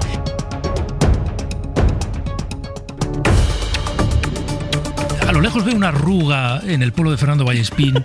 Va a ser que esta noche no ha planchado. Sin embargo, a José María Lasalle le veo impecable, noche de plancha. A Teodoro no le vemos, así que no sabemos nada. Le intuimos planchadísimo por Vallespín. Claro, Vallespín, buenos días. Buenos días. Tú que tienes problemas de insomnio, tú sí que podrás planchar por las noches. Pero es que no sé planchar. A mí me planchan y claro, la persona que contrato, para que me sale mi cara, para planchar resulta que no la puedo llevar a las horas donde... No puedes traerla claro, por me la sale noche. doblemente caro. Claro. No, es un problema. Es un problema, Lasalle. Buenos días. Hola, buenos días. ¿Tú has planchado esta noche? No, y es algo que ni me planteo porque soy una absoluta nulidad y lo he intentado muchísimas veces a lo largo de mi vida, pero es la cosa más desesperante. Así que también somos dos. lo externalizamos. Teodoro León Gros, buenos días. Buenos días, ¿qué tal? ¿Tú cómo le das a la plancha? Pues yo sé planchar. Pues mira. Y además lo hago minuciosamente, lo hago de un modo muy esmerado. Lo que ocurre es que no lo hago de madrugada. Pues yo os voy a confesar, yo soy aquí del grupo de Lasalle y de Vallespín. No sé planchar, plancho fatal. Bueno, aunque está aquí Pedro, que Pedro es un gran planchador, ¿eh? Yo sé planchar y he de decir que me relaja planchar, hasta que me gusta planchar. Y soy, yo creo, como Teodoro, muy minucioso los cuellos de las camisas. Porque te da mucho calorcito, ¿verdad? Mira, pero os voy a confesar una cosa, que lo quería comentar hoy a las 6 de la mañana y se me ha ido la cabeza, lo voy a comentar ahora en el abierto. En este equipo, los chicos yo soy la chica, la señora, además yo soy la mamá, los chicos tienen un problema con la plancha. Hotel al que vamos, hotel al que pedís plancha, no me digas que no, Nacho. O sea, llegamos a un hotel de viaje y los chicos piden plancha siempre. Como debe ser. Sí, sí. Bueno, pues ahora igual es intolerable. En el hotel igual no os la dan porque es un horario que no se puede planchar, igual os dicen que os dan la plancha por la noche. Bueno, todo esto, porque antes de ir a la salida de Gali de España, la crisis diplomática, antes de ir con los indultos, con la futura foto de Colón, a ver qué se produce, bueno, ayer decía la ministra, hablando de las nuevas tarifas de la luz, la ministra Teresa Rivera decía esto. Yo oigo algunas cosas que en fin, me parece que son probablemente exageraciones, del mismo modo que hay memes en las redes sociales. Yo desde luego no recomendaría a mi madre que se levantara a las 2 de la mañana a planchar, ni para atrás. Yo sé que tiene tramos muy razonables para poner el lavavajillas y la lavadora, de 8 a 10 de la mañana, de 2 de la tarde a 6 de la tarde, de 10 de la noche a 12 de la noche, y el fin de semana y festivos completo con unas tarifas que son equivalentes a las actuales, en esos tramos centrales y de primera hora y de última hora de la tarde, y en unas tarifas que son mucho más baratas los fines de semana, los festivos y por la noche. Bueno, es evidente que de la plancha por la noche hemos acabado haciendo todos una caricatura, o lo de poner lavadoras o lavavajillas por la noche, hemos acabado haciendo una caricatura, Teo, pero lo que sí es cierto es que hay unas franjas donde la luz es algo más barata, que no coinciden con las franjas de la mayoría de la vida de la mayoría de la gente, y que la tarifa de la luz sigue siendo un conflicto, gobierne quien gobierne. Pues sí, y pasa el tiempo y hay algo que se repite, y es que no entendemos bien nada. Es muy difícil entenderlo, va cambiando el sistema, pero la perplejidad y la incomprensión se mantiene. Es verdad que, hombre, entendemos que hay unos horarios en los que el kilovatio cuesta 11 céntimos y en el otro 24, y por tanto es más del doble, y que consiguientemente cuando el volumen sea significativo, pues eso se apreciará en la factura.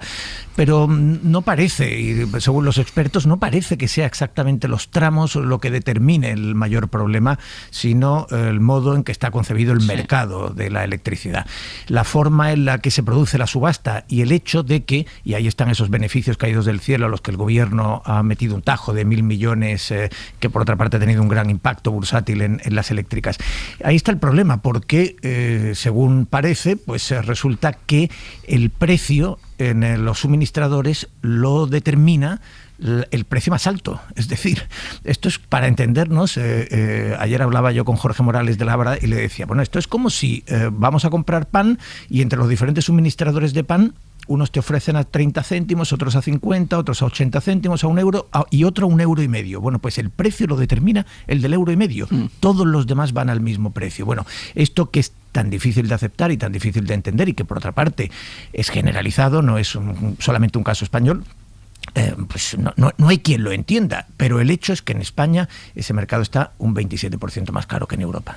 Lasalle, ¿cómo ves la tarifa de la luz? Bueno, pues como todos, la vemos alta y la sufrimos, pero también es consecuencia de que España es un país con una dependencia energética respecto al exterior muy grande. No hemos sido capaces de afrontar reformas estructurales en la gestión de esa dependencia energética y bueno, pues eso tiene unos costes, evidentemente, ¿no?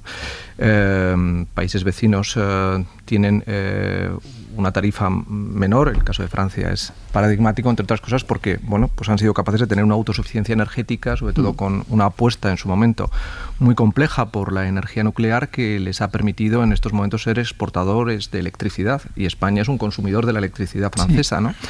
Y eso evidentemente tiene unos costes, y luego evidentemente que todo el sistema de gestión de lo que es el flujo energético, todo lo que es la circulación de la energía, pues tiene unos costes muy altos, que son también muy deudores de un mercado hiperregulado y que no ha sabido gestionar adecuadamente un marco de competencia mucho más razonable del que en estos momentos. Y luego que hay una complejidad en efectivamente en la subasta, sí, que resulta consecuencia también de un mercado regulado y con muy pocos operadores. Fernando. Sí, bueno, me alegro que hayan intervenido antes que yo, porque han explicado lo más, algunas de las cosas que yo ignoraba, ¿no? Bueno, a mí lo que sí me preocupa, ¿no?, del tema eléctrico es, primero, que sea tan difícil poder explicarlo, con lo cual uno siempre tiene, en cierto modo, la desconfianza, ¿no? La sospecha. La sensación de que te engañan. Sí, de que si es difícil explicarlo es porque hay algo que se quiere ocultar, ¿no? Y yo creo que esa sospecha es la que se debería eliminar cuanto antes, ¿no? Es decir, aquí no se trata de ocultar nada, ningún truco, ¿no? de las eléctricas, sino simplemente que esto no es nada fácil, ¿no? Pero yo creo que hasta lo más complejo al final se puede simplificar en una explicación, ¿no? Lo que está claro es que es muy difícil que nos expliquen el recibo de la luz, ¿no? Y cómo se distribuye. Eso prácticamente no vamos a ser nunca capaces de desvelarlo, ¿no? Pero sí se nos puede decir, por ejemplo, esto que ha dicho José María ahora, ¿no? O sea, ¿qué porcentaje de nuestra energía viene de qué tipo de centrales, ¿no? O sea, cómo se traslada de unas zonas a otras, hasta qué punto en nuestra geografía, porque tenemos una geografía muy compleja, impide realmente la implantación de algunas centrales en vez de otras. Y luego, bueno, está el problema, que yo creo que es un problema que tenemos además a la vuelta de la esquina, que es el de las energías limpias, de las ¿no? renovables. Que yo creo que ahí es donde España sí podría ganar terreno respecto de lo que ha venido haciendo en los últimos años, porque claro, España es un país donde llueve poco y claro, la hidroeléctrica, que digamos que es la más ecológicamente asumible, pues tenía que ser compensada siempre con carbón, ¿no? O con gas, ¿no? Y ahí es donde tenemos realmente uno de los grandes problemas, igual que si se resolviera la posibilidad de acumular energía solar y poder hacer reservas de ese tipo de energía. Lo que pasa es el problema de la solar y de la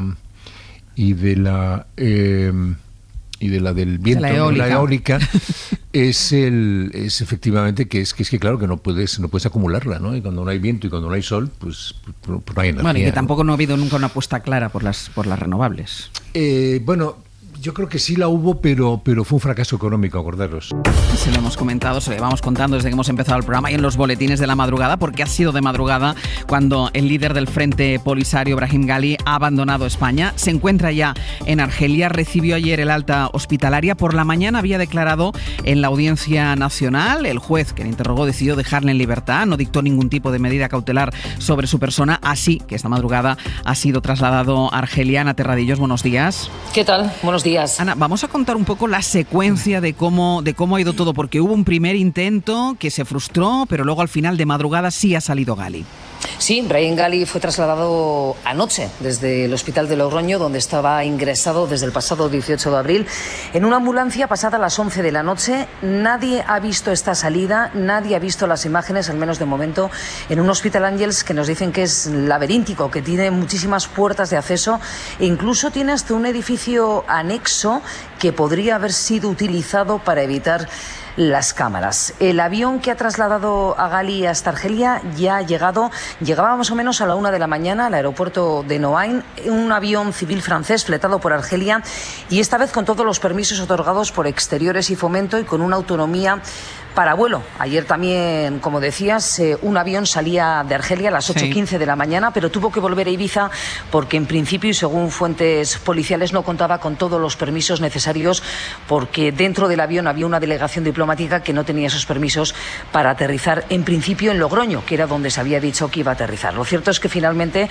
ese avión civil francés aterrizaba, como digo, poco después de la 1 de la mañana en el aeropuerto de Noain. Importante también decir que, según Exteriores, Ghali parte con la misma documentación con la que entró aquí en España, un pasaporte diplomático, lo contamos también aquí en la SER, que se otorgó por razones humanitarias. Lo otorgó Exteriores con la connivencia, por supuesto, del presidente del gobierno. Marruecos dijo ayer en un comunicado, Exteriores decía ayer en un comunicado que había sido puntualmente informado Marruecos de la salida de Ghali de España a través de los cauces diplomáticos habituales. Lo confirman también fuentes policiales a la cadena SER, fuentes policiales que han estado pendientes de esta negociación, digamos, para evitar esa tensión diplomática, Ángels, que se dio en un primer momento, acuérdate, cuando Ghali entraba aquí en España, sin haber informado a Marruecos, algo que Marruecos, protestó, ¿no?, por ese no aviso. Ahora sí que se avisa, insisto, para no tensionar más esa tensión ya diplomática. Ana, gracias. Hasta luego. De esa tensión diplomática, de esa crisis diplomática, vamos a hablar ahora con el jefe de internacional de la cadena SER, con Rafa Panadero. Buenos días. ¿Qué tal? Buenos días. Porque, bueno, primero sí que se apuntó que había sido la hospitalización de Gali el motivo de esa crisis que desembocó en lo que pasó en la frontera de Ceuta. Después Marruecos dijo que no, que el tema era la situación del Sáhara o la postura española en la situación del Sáhara. Claro, la pregunta es, con la salida de Gali del país, ¿esto resuelve la crisis diplomática? ¿Solo cierra un capítulo? ¿Qué pasa? Y la respuesta yo creo que es no. Esto no se cierra con la salida de Gali. El comunicado del lunes de Rabat lo confirmaba con frases definitivas, ¿no? La crisis no está limitada al asunto de un hombre, no comienza con su llegada ni terminará con su partida. Advertían al intuir quizá que la querella no iba a progresar. Y bueno, aunque exteriores siempre han insistido en que la intención era mantener los puentes abiertos, y en ese marco se entiende que anoche comunicaran a Rabat que Gali iba a salir, o que hayan mantenido al embajador en Rabat todo este tiempo, pues desde el otro lado, en todo este tiempo, no han hecho lo mismo. La embajadora marroquí, que tiene vínculos muy fuertes con el rey, Mohamed VI, es hija del que fuera médico de su padre, Hassan II, fue llamada a consultas hace ya 2 semanas, desde entonces está en Rabat, y desde ahí ha hecho declaraciones muy fuertes contra la ministra española. El jueves pasado acusaba a González Laya de realizar declaraciones inapropiadas, sin especificar, por cierto, a qué se refería, y le acusaba también de presentar hechos erróneos, con lo que su regreso no parece sencillo ni desde luego inmediato. Tampoco se puede descartar que la crisis vaya más. En definitiva, la sensación es que a Laya le va a costar mucho recuperar las relaciones, porque desde Marruecos consideran que se ha roto la confianza, y de nuevo, pues la presión y los mensajes que puedan llegar desde fuera pueden ayudar. Es decir, si la Unión Europea mantiene su solidaridad firme con España, como ha hecho hasta ahora, insistiendo además en que la solución para el Sáhara tiene que pasar por la ONU,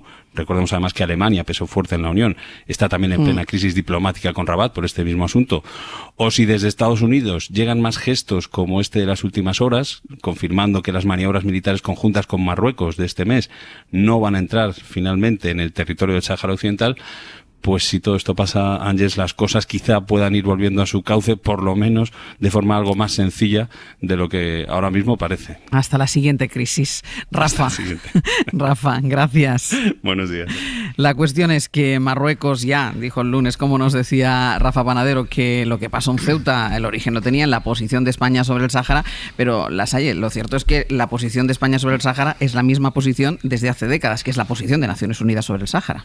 Sí, y no va a cambiar. Lo que pasa es que quizá deberíamos ir entendiendo que España debe, en el marco de la Unión Europea, ir gestionando un escenario de relación con Marruecos distinta al que a la que hemos mantenido hasta el momento, ¿no? Sobre todo porque yo creo que aquí lo que está sucediendo como trasfondo es que efectivamente Estados Unidos ha vuelto a desempeñar un papel internacional de compromiso con lo que han supuesto las relaciones transatlánticas, el marco de la OTAN, es decir, es una democracia activa que está legitimada en estos momentos para plantear escenarios de realineamiento en la tensión global que plantea con China. Y eso hace que Marruecos sea una pieza muy importante en el nuevo diseño estratégico norteamericano, especialmente en el Oriente Próximo. Estados Unidos ha vuelto y nosotros debemos también comprender que Europa está más débil probablemente que nunca. Es decir, la presión que estamos sufriendo en el este y particularmente ahora alrededor del conflicto diplomático abierto con Rusia y Bielorrusia, alrededor de lo que ha representado una situación tan complicada como forzar el aterrizaje de un avión comercial de pabellón europeo, como es un vuelo de Ryanair entre Vilnius y Atenas, está evidenciando que Europa está débil y está débil desde un punto de vista geopolítico. Y ahí es donde España tiene que jugar sus bazas. Y es verdad que entre esas bazas, en mi opinión, está comprender que con Marruecos debemos tener una relación que vaya más allá de un interés vinculado, ya lo hemos hecho aquí, como socio comercial, y convertirlo en un aliado estratégico. El Sáhara es un problema. Y tenemos que ser capaces de aislar, como lo hemos hecho con los británicos en el tema de Gibraltar, debemos ser capaces de aislarlo en nuestras relaciones bilaterales con Marruecos. Tener relaciones al margen. Para nosotros es realmente una cuestión fundamental tener una buena relación con Marruecos. Esta situación no puede seguir eternizándose porque, entre otras cosas, también hay que pensar que el Sáhara no puede convertirse en un territorio fallido, en una zona tan compleja en la transición entre el África árabe y el África subsahariana como es este espacio, ¿no? Fernando. Sí, no sé, aquí hay dos cosas. A mí me parece que Marruecos ha tomado conciencia de que ha metido la pata en dos puntos. El primero, esa protesta tan tremenda, ¿no?, que hizo porque acogiéramos a alguien por razones humanitarias. Yo creo que luego han tomado conciencia de que realmente, digamos, eso no estaba justificado, y en segundo lugar el haber instrumentalizado a su población para entrar en Ceuta, ¿no? Sobre todo porque habrán visto cuál ha sido el impacto en la prensa internacional, es decir, que Marruecos ha quedado mal y por tanto tiene que reorganizar la justificación de su conflicto con España. Y yo creo que es lo que está ahora mismo diseñando muy probablemente, y entonces están apuntando en concreto al intentar el reconocimiento del Sáhara Occidental, que por otra parte es aprovechar el momentum creado por la decisión de Donald Trump. Yo ya ni me atrevo a decir Estados Unidos, sino de Donald Trump, ¿no? Pero claro, yo creo que no salimos de esto sin algún mediador potente. España, por las razones que sean, no puede contar ahora mismo todavía, al menos con Estados Unidos, que es lo que era nuestro mediador tradicional, porque Estados Unidos estaba siempre muy interesado en que las relaciones entre España y Marruecos funcionaran bien, porque eran dos aliados, ¿no? Pero claro, el problema está en la Unión Europea. Pero en este caso concreto, el problema de la Unión Europea, José María, me parece que tiene que ver con que los intereses de Alemania y Francia divergen. Es decir, y esto es lo que impide que la Unión Europea también hable con una sola voz a Marruecos, ¿no? Por la relación privilegiada que tiene con Francia, y luego porque Alemania se ha puesto muy cerril ahí apoyando la posición de Naciones Unidas en el conflicto, ¿no? Entonces, claro, si uno de los mediadores imprescindibles, que es Estados Unidos, todavía no podemos contar con él, quizá a medio plazo sí, ¿no? Y luego otro, Europa, pues retóricamente sí, desde luego se ha puesto de nuestro lado, pero en el momento, digamos, en que hubo la entrada en Ceuta, ¿no? Entonces, eso lo podemos tener difícil. O sea, yo creo que ahora vamos a entrar en una fase donde la diplomacia va a tener que movilizarse tremendamente, ¿no? Y tanto en Europa como en el propio Estados Unidos, y luego unilateralmente con Francia y unilateralmente también con Alemania, ¿no? O sea, que me parece que ahí es donde deberíamos poner el acento. Y me parece que también es muy importante que se produjera algo simbólico, como puede ser pues una visita del más alto nivel, ¿no? O sea, entre Marruecos y España, ¿no? Pues eso, que se encuentren los dos reyes, yo qué sé, ¿no? Algo similar para mandar también una señal de que realmente hay intención de buscar una solución. Una de las responsabilidades que señala, hablando de la visita, que señala la oposición, es que ha roto de alguna manera, el gobierno de Pedro Sánchez rompió la tradición de que la primera visita de Estado que se hacía habitualmente siempre era a Marruecos. Teo. Sí, y es posible que cometieran allí un error diplomático. Yo creo que Sánchez, en términos generales, el gobierno y el presidente en particular, han estado bien a partir de esta crisis. Pero la gestión previa de la ministra de Exteriores e incluso, ya digo, la diplomacia española con respecto a Marruecos con el último cambio de gobierno probablemente contiene errores, y esos errores han podido determinar en parte el tono áspero, el tono subido, sobreactuado, pero no me parece que sea la causa real del asunto. Yo creo que Marruecos, es verdad, como decía, me parece que era Fernando, que sabe que se ha equivocado, que en alguna medida esos comunicados también sobreactuados en un tono retóricamente duro, pues vienen a reconocer que evidentemente no es Gali, que es la cuestión del Sáhara, y en alguna medida lo que estamos viendo en los mensajes de Marruecos es un cierto sostenella, pero en Mendalla, es decir, van a ir lentamente rebajando, anunciando el regreso de los menores y probablemente desinflamando hasta un cierto punto, pero solo hasta un cierto punto, porque yo creo que, a diferencia de lo que ocurre, mencionaba La Salle, a diferencia de lo que ocurre en la relación de España con el Reino Unido y el conflicto de Gibraltar, para Marruecos no van a amortizar a beneficio de inventario, no van a narcotizar el asunto, no lo van a adormecer. Va a seguir siendo un asunto central, y mucho más, en efecto, después de que Trump convirtiera a Marruecos en lo que es, en un actor absolutamente fundamental, que además puede tener, con el reconocimiento de Israel, puede tener un peso en la estrategia diplomática política norteamericana, y aquí es donde aparece en efecto la debilidad de la Unión Europea. Es decir, en el tablero geopolítico la Unión Europea no está sabiendo no solamente interpretar el cambio que se ha producido en el tablero, me parece, sino sobre todo tener peso en ese tablero, tener protagonismo, tener relevancia. Y por tanto, bueno, yo creo que Marruecos, que se ha sentido reforzado, respaldado por Estados Unidos, no ya por el pronunciamiento de Trump, sino por el modo en que ha reaccionado a esta crisis, yo creo que Marruecos puede que desinflame, o lo veremos desinflamar, pero muy lentamente, porque España no va a cambiar de posición y ellos no van a aceptar que la situación del Sáhara de ninguna manera sea como para nosotros Gibraltar. Seguiremos con el análisis sobre Marruecos después, sobre la crisis abierta con Marruecos después de esta pausa, porque nos iremos a Bruselas para ver cuáles han sido las últimas reacciones allí en la Unión Europea, y también porque Nicolás Castellano nos va a contar, bueno, ese gesto del monarca de permitir que los menores identificados que se saltaron la valla o que pasaron la valla el día en el que sucedió todo puedan volver otra vez a Marruecos. Y lo primero a esta hora es el dato del paro que se acaba de conocer, José Luis Sastre. El dato de mayo, que es el que conocemos ahora, suele ser bueno por las contrataciones que se producen de cara al verano. Es verdad que la pandemia ha roto casi todas las tendencias, pero en este caso, Rafa Bernardo, parece que se mantiene. Buenos días. Sí, buenos días, se mantiene. Ha sido un buen dato. De hecho, ha sido un poco mejor incluso que los mayos prepandemia. El paro registrado ha bajado en mayo en 129.378 personas, con lo que el total de desempleados queda en 3.781.000, mientras la afiliación a la Seguridad Social ha aumentado en 211.923 cotizantes ocupados.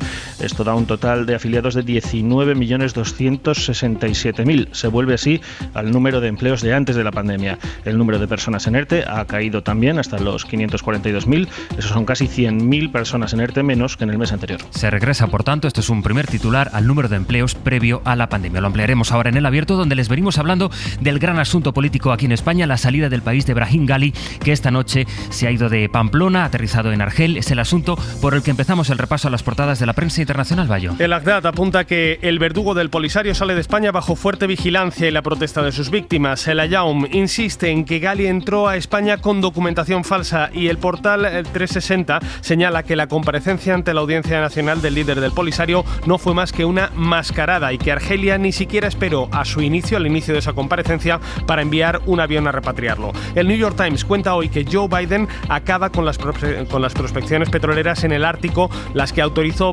Trump en sus últimos días en la Casa Blanca.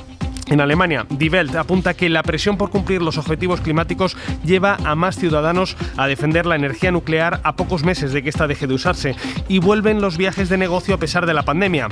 El Wall Street Journal señala que aerolíneas como American Airlines o United detectan un aumento en el interés de las grandes empresas, sobre todo las grandes corporaciones, por volver a mandar a sus ejecutivos lejos de la sede. De la carpeta internacional aún, a esta hora, el presidente del gobierno, Pedro Sánchez, mantiene una reunión por videoconferencia, claro, está muy lejos, con la primera ministra de Nueva Zelanda, con Jacinda Ardern. Mañana Sánchez viajará a Libia.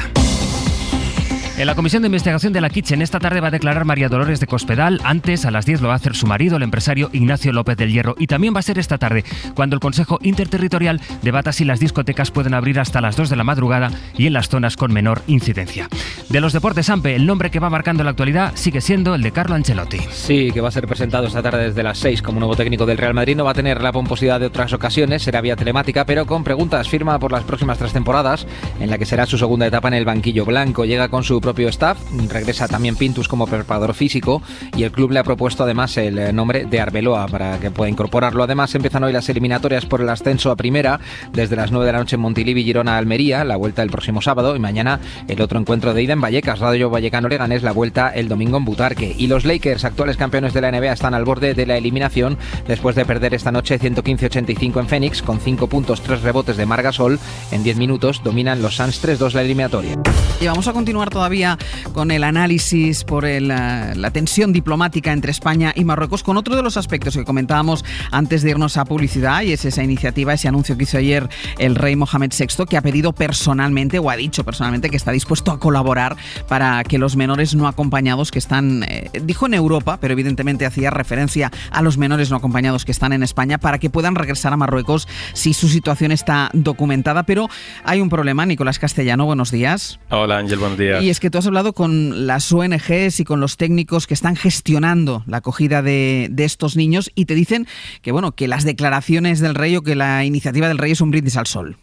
Mira, primero los datos. Solo 4 de los 1.094 menores filiados a día de hoy en Ceuta quiere volver a Marruecos. La gran mayoría de sus familias no quieren que regresen y, por tanto, esas fuentes técnicas en protección de menores consideran que el anuncio del rey de Marruecos es un brindis al sol porque con la ley en la mano no es viable. Recordemos, todavía los técnicos de la ciudad autónoma están filiando, todavía hay algunos de estos niños que están en casas de algunos vecinos, otros que están escondidos todavía en alcantarillas, en playas, etcétera, etcétera, y el número puede subir. Espera fuentes del área del menor de la ciudad de Ceuta que esos 4 que sí han manifestado su intención de volver con sus padres sean devueltos en las próximas horas. De hecho, podría producirse ese reencuentro en el día de hoy. Pero estas fuentes técnicas del área del menor de la ciudad y expertos juristas en extranjería y menores dejan claro al hacer, como tú señalas, Ángels, que no se pueden producir devoluciones a Marruecos como las que ahora preconiza su rey, Mohamed VI. Es más, estas fuentes técnicas especializadas en la defensa de la infancia migrante califican la propuesta del monarca marroquí de brindis al sol porque sabe que su promesa no se puede cumplir al ser Marruecos, como España, firmantes de la Convención Internacional de los Derechos del Niño, que obliga, recordemos, a tomar cualquier decisión en base al interés superior del menor. Eso supone que se escucha al niño, como obliga nuestra legislación, pero también la marroquí. Teniendo en cuenta, como decimos, que solo 4 han manifestado su intención de irse y el resto se niega a volver a Marruecos y sus padres tampoco quieren que regrese, pues el anuncio de Mohamed VI, como dicen estas fuentes, es papel mojado.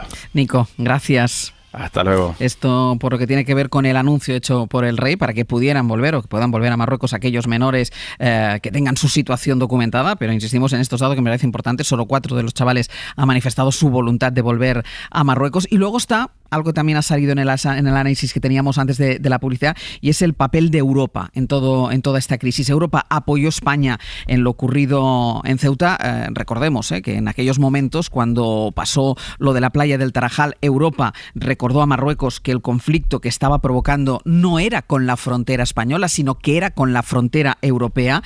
Corresponsal comunitaria, Griselda Pastor, buenos días. Hola, muy buenos días. Pero como ahora ha entrado en escena el Sáhara, después de que Rabat haya dicho que el origen del conflicto está en la postura española sobre el Sáhara, bueno, la Unión Europea mantiene también su postura, que es la misma postura que España, y es que se retomen las negociaciones, que haya una salida negociada, dialogada al conflicto bajo el paraguas de Naciones Unidas.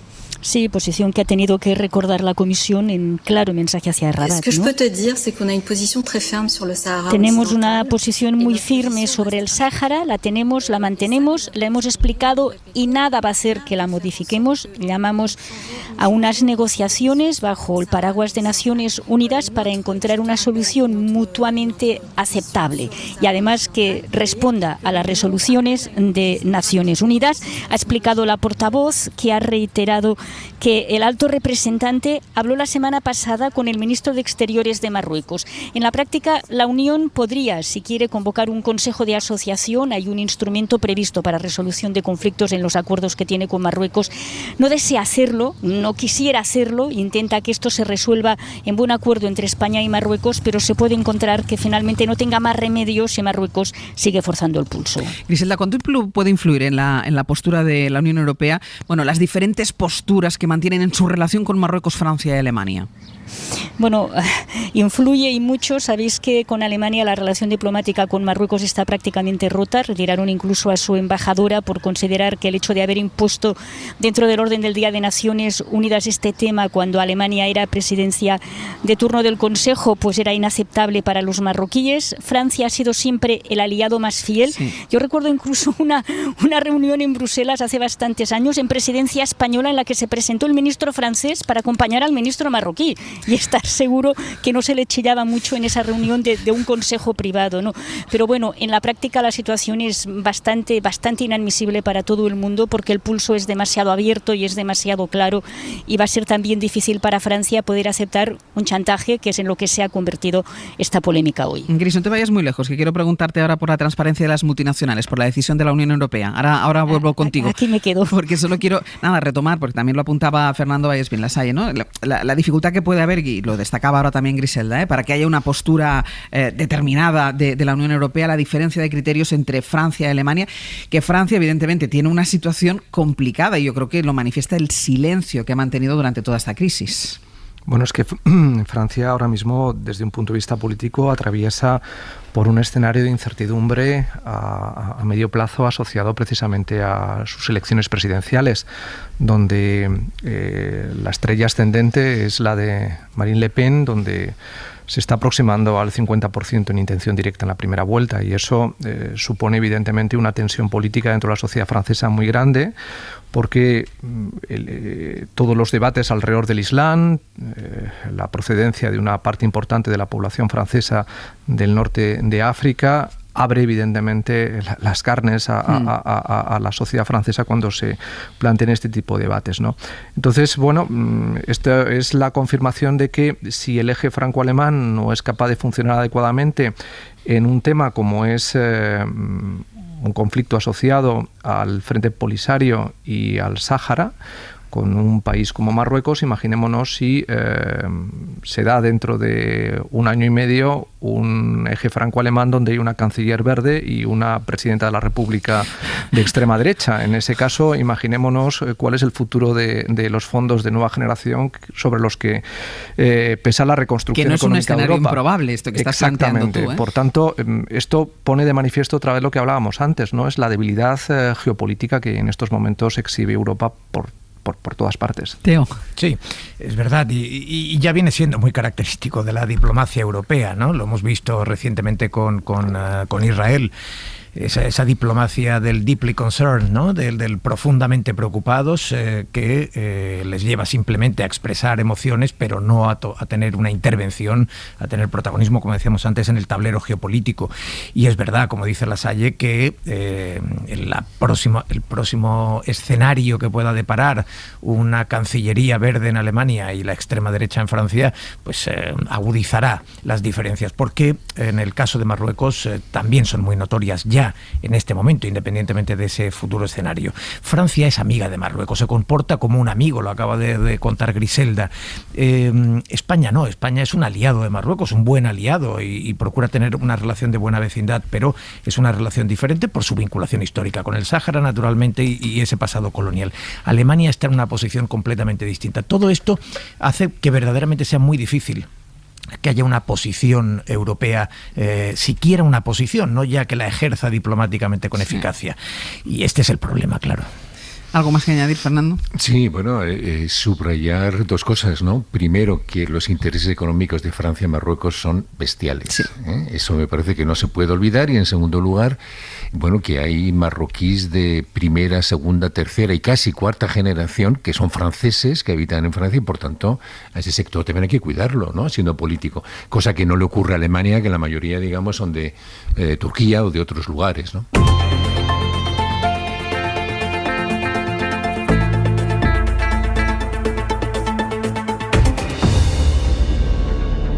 Gris, vuelvo contigo, vuelvo a Bruselas, porque la Unión Europea va a obligar a las multinacionales afincadas en Europa que sean transparentes respecto a los impuestos que pagan, dónde los pagan y los beneficios que obtienen. Sí, es muy importante. Es un movimiento que llega muy forzado por las decisiones de Biden, ¿no? Porque la Unión necesita demostrar que desde hace tiempo está reflexionando sobre el tema y ha decidido intentar desbloquear. Hay un pacto político inicialmente que habrá que ratificar luego entre gobiernos y también en el Parlamento Europeo de estas dos instituciones y con la Comisión, un pacto reciente para desbloquear esta iniciativa que va dirigida a las grandes multinacionales. Eso es una obligación universal para aquellas empresas multinacionales que al menos tengan una operativa anual de 750 millones de euros al año. Es decir, estamos hablando de las muy grandes multinacionales, y también uno de los objetivos, por supuesto, es que exista cierta igualdad, cierto equilibrio también con todas las pequeñas y medianas empresas europeas, que también queremos en ese sentido equilibrar las condiciones de competitividad, claro. Es Iván García del Blanco, él forma parte del equipo negociador en nombre del Parlamento Europeo. Hoy vuelven a reunirse con Comisión y con representantes de los gobiernos. No es la respuesta exactamente al impuesto de Biden, pero sí es la certeza de que hay que empezar a hacer movimientos propios a nivel europeo, porque, como explicó ayer el comisario Gentiloni, va a ser difícil, una vez logrado el acuerdo en la OCDE para gravar con un impuesto del 15% a las multinacionales, traspasar esto, transportarlo a la legislación interna europea, ¿no? Entre gobiernos de la Unión son intereses muy distintos y hay tipos de imposiciones muy variadas. Sabéis que en Irlanda prácticamente que no pagan nada. Claro. Hay un problema también con Malta. Lo ha habido en Luxemburgo, que parece ahora bastante más cercano a aceptar este impuesto de hasta el 15%, pero no será fácil y no será automático, o sea que de momento la Unión intenta garantizarse al menos la transparencia. Griselda, ahora sí, gracias. Hasta ahora, un beso. Javier Ruiz, buenos días. ¿Qué tal? Muy buenos días. Vamos a traducir esta iniciativa de la Unión Europea, esta obligación, esta especie de striptease fiscal al que va a obligar a estas multinacionales. ¿Qué va a suponer? Pues de momento es un paso muy lento, porque es un paso que se lleva fraguando desde el año 2013, desde tiempos de Jean-Claude Juncker, así que esto es un pasito que además tiene muchas excepciones, se revisa cada 4 años y a las empresas se les permite no reportar si eso pone en peligro su competencia, se les permite retrasarse durante 5 años, así que es un pasito, pero es efectivamente un paso hacia un impuesto mínimo global, para todos el mismo impuesto, es decir, lo que están planteando Janet Yellen, la secretaria del Tesoro americano, y Biden, el presidente americano. Y básicamente lo que plantean es, fijemos un suelo, pongamos un 15-25% de impuestos mínimos para que todas las empresas de todo el planeta paguen como mínimo ese suelo. El mecanismo que se establece es muy variado. Puede ser un acuerdo por el que, por ejemplo, España detecta que sus empresas pagan un 15% en Malta. Bueno, pues ese 10% que deberían pagar de más, hasta llegar al 25%, España se lo puede cobrar. Le puede cobrar lo que se ahorran en legislaciones de conveniencia, o España puede llegar a un acuerdo con otros países para que le traspasen ese dinero. España traspasa el dinero a los países en los que esas multinacionales se ahorran. En fin, hay variedad, mucha variedad de cómo se puede hacer, pero la idea es muy clara y muy sencilla de entender. Todas las empresas pagan como mínimo entre un 15 y un 25% en impuestos, Ángeles. Lo habéis apuntado, quizá no sea la respuesta a la propuesta de Biden, pero sí ha sido importante la respuesta de Biden. Vamos, y es de hecho un paso en esa dirección por varias cosas. La primera y fundamental es porque el G7 va a tomar esta decisión. Luego, quienes se queden atrás se quedan fuera, porque se va a ratificar de manera inmediata, 4 y 5 de junio, y los primeros ministros lo han de ratificar entre el 11 y el 13. Y sobre todo, Ángeles, porque en juego hay muchísimo dinero. Se ha publicado el EU Tax, que básicamente es la guía de cuánto ganaríamos con esto. Atenta, porque el grado de detalle y de minuciosidad deja cierto, primero, avidez de dinero, y segundo, cierto escándalo. Si España fija un tipo del 15%, recordemos cuánto están pagando esas multinacionales a día de hoy. Tipo efectivo es el 8,3%. Teóricamente deberían pagar el 25%, pagan el 8,3%. Sí. Si España fija el 15%, recibe 1.000 millones más. Si España fija el 21%, recibe 5.400 millones más. Si España fija el 25%, recibe 12.000 millones más. 12.000 millones más, porque la gente no se entienda, en defensa nos gastamos 9.000 millones al año. Significa más que duplicar el presupuesto de defensa en un año. Pero es que, Ángeles, yo te decía, el grado de minuciosidad es tal que provoca cierto escándalo. La Unión Europea analiza a nuestras empresas y hace un ranking. Iberdrola es la que más debería pagar, porque con esta ingeniería fiscal es la que más está eludiendo impuestos. 488 millones de euros más al año debería contribuir. Telefónica debería pagar 410 millones más al año. ACS, el grupo de Florentino Pérez, es la más escandalosa de todos. Sus impuestos subirían un 354%. Repsol, 133 millones más. Y estos son solo empresas. Si uno mira bancos, BBVA debería pagar un 11% más en impuestos, 200 millones más, Santander 687 millones más, 21% más en impuestos. En fin, Ángeles, el grado de detalle es tal que demuestra, primero, que tenemos un sistema fiscal en España en el que las empresas se cuelan, y segundo, que dentro del IBEX 35 tenemos 1, 2, 3, 4, 5 y 6 problemas. Solo esas 6 empresas deberían aportar 2.140 millones de euros más en impuestos de los que hacen a día de hoy. Javier, muchísimas gracias. Un abrazo. Hasta luego, Fernando. Sí, parece una decisión importante. No, es una decisión espectacular, ¿no? Yo creo que puede cambiarlo todo. Lo que no sé es hasta qué punto se puede llevar a efecto, cuáles pueden ser, digamos, las consecuencias, ¿no? Porque esto lo que afecta fundamentalmente es a todo el sistema financiero internacional, ¿no? Porque claro, ahí como mecanismos de control se van a establecer a los paraísos fiscales, por ejemplo, ¿no?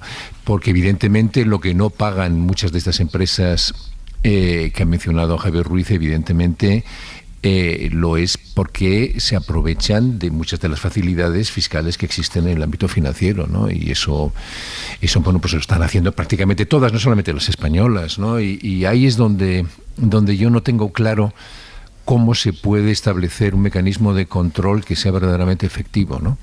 Y luego cuáles van a ser las resistencias, porque bueno, ahora todavía nadie se resiste porque no se ha tomado la decisión. Porque no se ha llevado a la práctica, claro. Pero si de repente empiezan a decir que entonces pues tiene que despedir a más empleados, que bueno, pues que entonces que ya dejan de ser viables, etcétera, esto bueno, nos falta por escuchar todavía la voz de los afectados, ¿no? Lasalle. Sí, pero más tarde o más temprano habrá que abordarlo, porque si queremos reconfigurar el capitalismo y darle un nuevo propósito, una de las ideas que están cada vez más imponiéndose, sobre todo en Estados Unidos, en el ámbito académico, alrededor del nuevo capitalismo, es precisamente que tenga un propósito y que tenga un propósito ético. Y no es viable que sigamos manejándonos bajo registros en los que la falta de transparencia, el aprovechamiento de la ingeniería fiscal internacional operando sobre paraísos fiscales esté eludiendo pues el pago de impuestos en los países donde tienen radicadas sus sedes sociales, ¿no? Y donde su volumen de negocio está muy directamente ligado tanto al mercado de trabajo como al mercado profesional y al consumo de bienes y servicios, como es en el caso de nuestras eléctricas o de las empresas del IBEX 35 que se han mencionado, ¿no?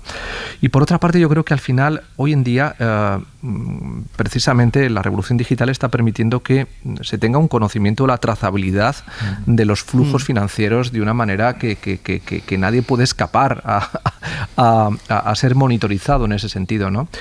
Y yo creo que bueno, más tarde o más temprano se irán yugulando estos paraísos fiscales porque son inviables sobre la base precisamente de ese control de la trazabilidad del flujo de las inversiones y luego creo que asociado a esto hace falta una mayor ejemplaridad por parte de los altos directivos de las grandes empresas, que es también un tema que está relacionado con lo que estamos comentando, y es que en este contexto donde están emergiendo desigualdades cada vez más evidentes y que generan tanta tensión social, no podemos estar viendo estas diferencias de renta que se ven muchas veces en el seno de las grandes empresas, donde te encuentras con bonus multimillonarios que resultan sorprendentes y que se imputan a la cuenta de resultados de las grandes empresas también, ¿no? Por tanto, en fin, ahora es un trabajo complicadísimo, especialmente si las empresas son corporaciones tecnológicas, porque además el margen de beneficio que aquí estamos mencionando es todavía infinitamente mayor, ¿no?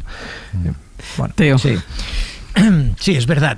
Y bueno, yo creo que afortunadamente la intervención de Biden aquí ha sido muy determinante.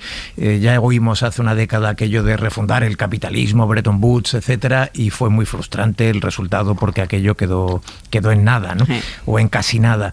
Así que yo me apunto a que no nos vendan la moto de la refundación y sí se den pasos reales para reformar ese capitalismo, y más sabiendo que no será fácil, porque esto resulta muy estupefaciente, Ángels.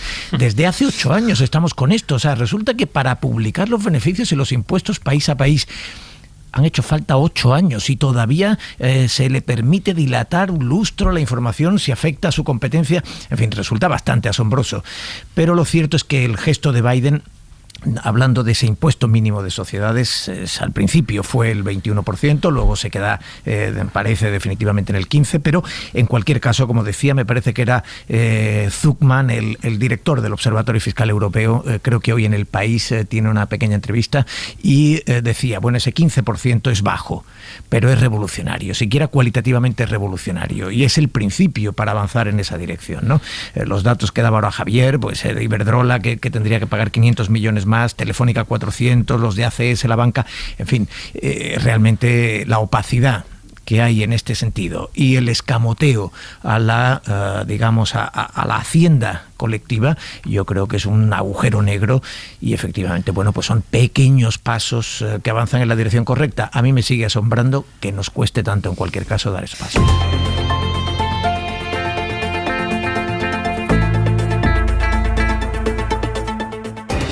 Venga, Rafa, vamos con la letra pequeña del paro. Pues venga, empezamos por la afiliación. Yo diría que es la cifra más importante porque muestra que en mayo se crearon 211.923 afiliados, es decir, son crecimientos similares a los mayos prepandemia. En el quinto mes del año siempre hay una subida del empleo por las contrataciones pensando en el verano, pero es que además esta subida deja el total de afiliados en 19.267.000, es decir, por encima de los 19.250.000 de febrero de 2020, que fue el último mes antes del impacto de la pandemia. Así que ya se ha superado ese nivel de empleo que había justo antes de que golpease el COVID.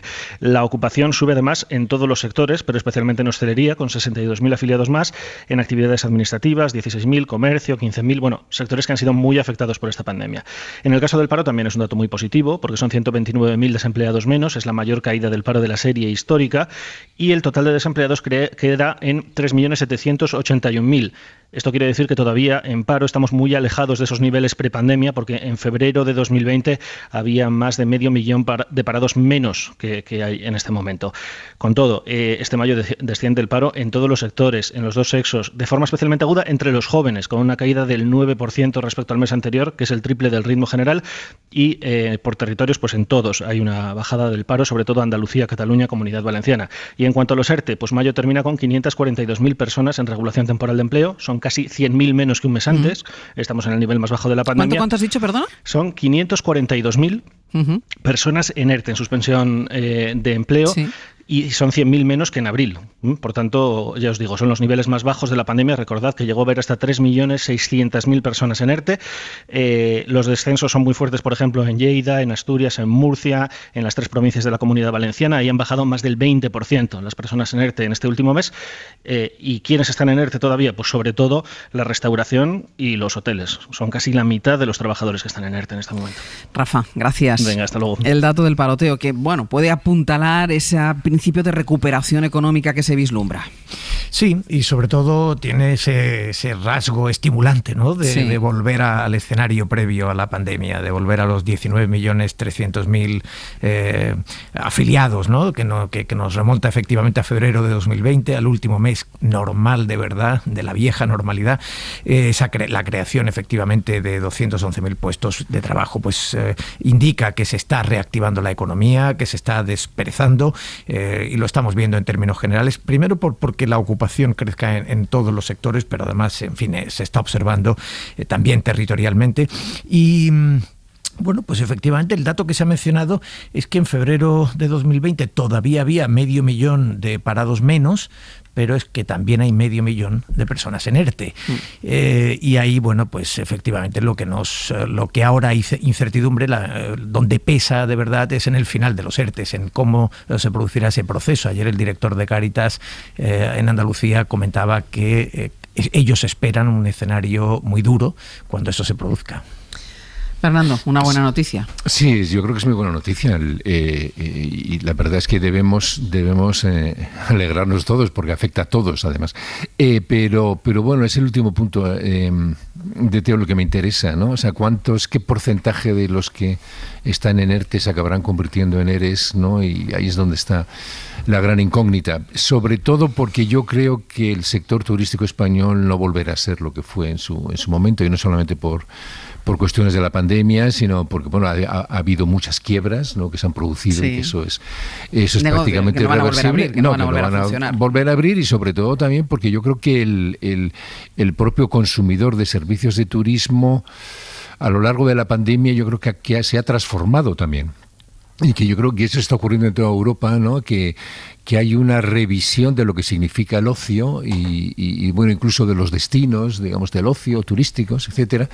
Y es algo que yo creo que entre los cambios que ha producido la pandemia hay dos que son muy relevantes. Uno es la transformación de las ciudades, bueno, que estaba ya en marcha, pero que yo creo que acabará de apuntalarse en una dirección diferente a como nos estábamos organizando, y el segundo es precisamente ¿no? O sea, de cómo reconfigurar el ocio, sobre todo porque hemos tenido ocasión además de percibir lo que significa estar, ¿no?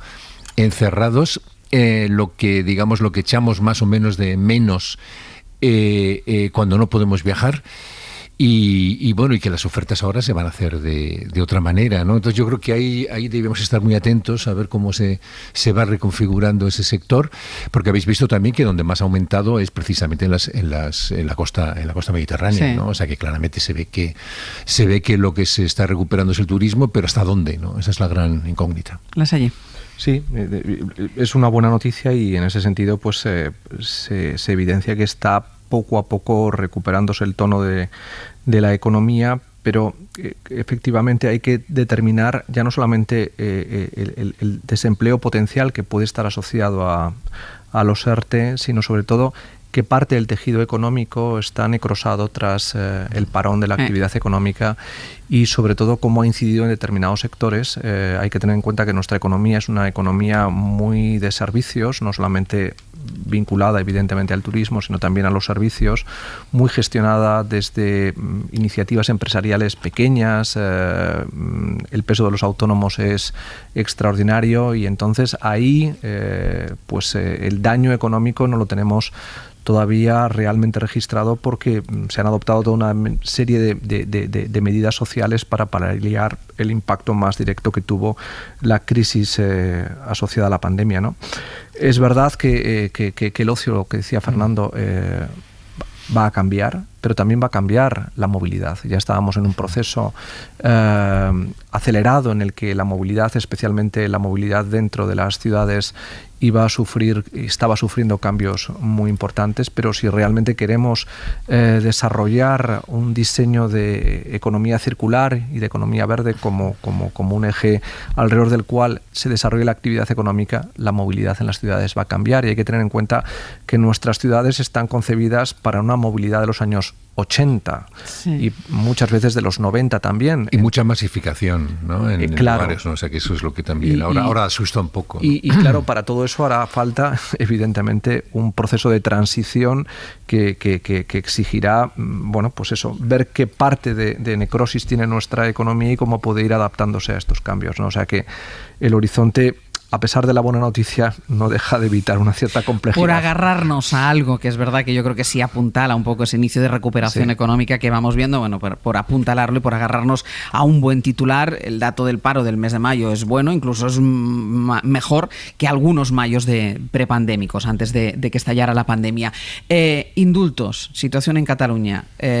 Futura mesa de diálogo entre los dos gobiernos. ¿Quién va a estar sentado en esa mesa? La noticia de las últimas horas es que van a hablar, de momento van a hablar, no es la mesa de diálogo, pero van a hablar el presidente del gobierno, Pedro Sánchez, y el presidente de la Generalitat, Pere Aragonès, que decía esto. En què tindrem una conversa tranquil·la. Tendremos una conversación tranquila.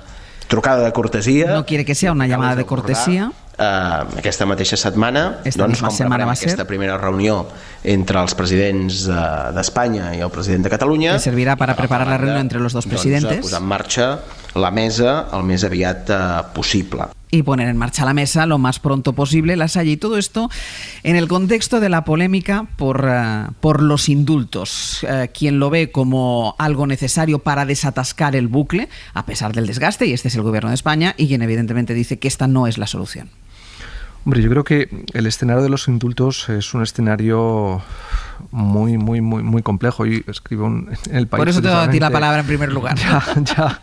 Yo soy de los que cree que hace falta trabajar en la buena dirección para evitar todo este escenario de tensión que se vive entre Cataluña y el resto de España, y es necesario abordar con inteligencia la desinflamación de la crisis que seguimos viviendo alrededor de esta cuestión, ¿no?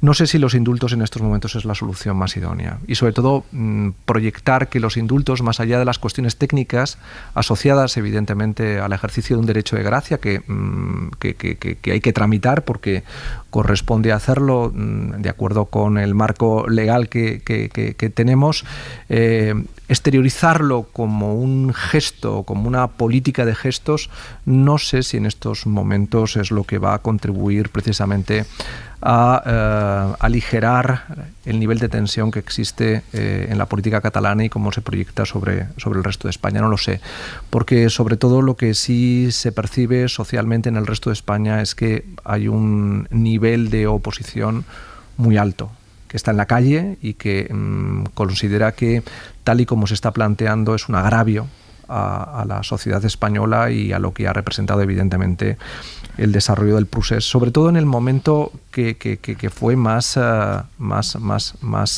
políticamente controvertido, como fueron las leyes de desconexión del 6 y 7 de septiembre de 2017, que no podemos olvidarlas porque ya no es tanto lo que representó el 1 de octubre, sino sobre todo que se silenció abiertamente a una minoría parlamentaria y se cuestionó el marco de un Estado de Derecho en la propia Cataluña. Y ese es un escenario muy complejo de gestionar si no hay realmente gestos también en Cataluña para que esa parte de la sociedad catalana que se vio silenciada o postergada no tenga también su reconocimiento en la diferencia dentro de Cataluña. Ayer le preguntaban a la ministra portavoz, a la ministra de Hacienda, a María Jesús Montero, después del Consejo de Ministros, en la rueda de prensa, precisamente le preguntaron por los indultos y ella hacía esta especie de comparación.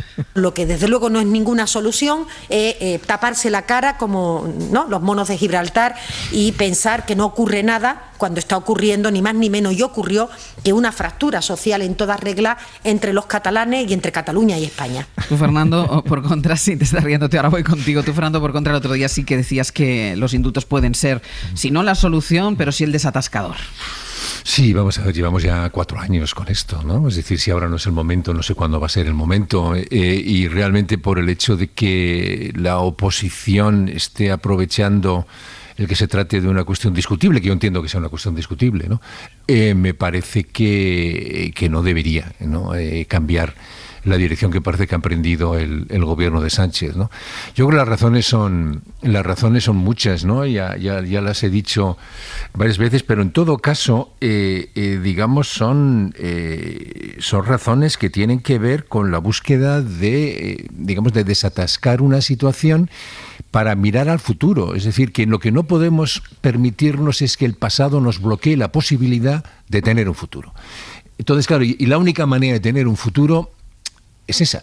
Vamos a ver, yo saqué una columna sobre eso el domingo y yo no recuerdo haber publicado nada que todos mis conocidos en Cataluña después me hicieran alusión a menos mal que dices lo que dices.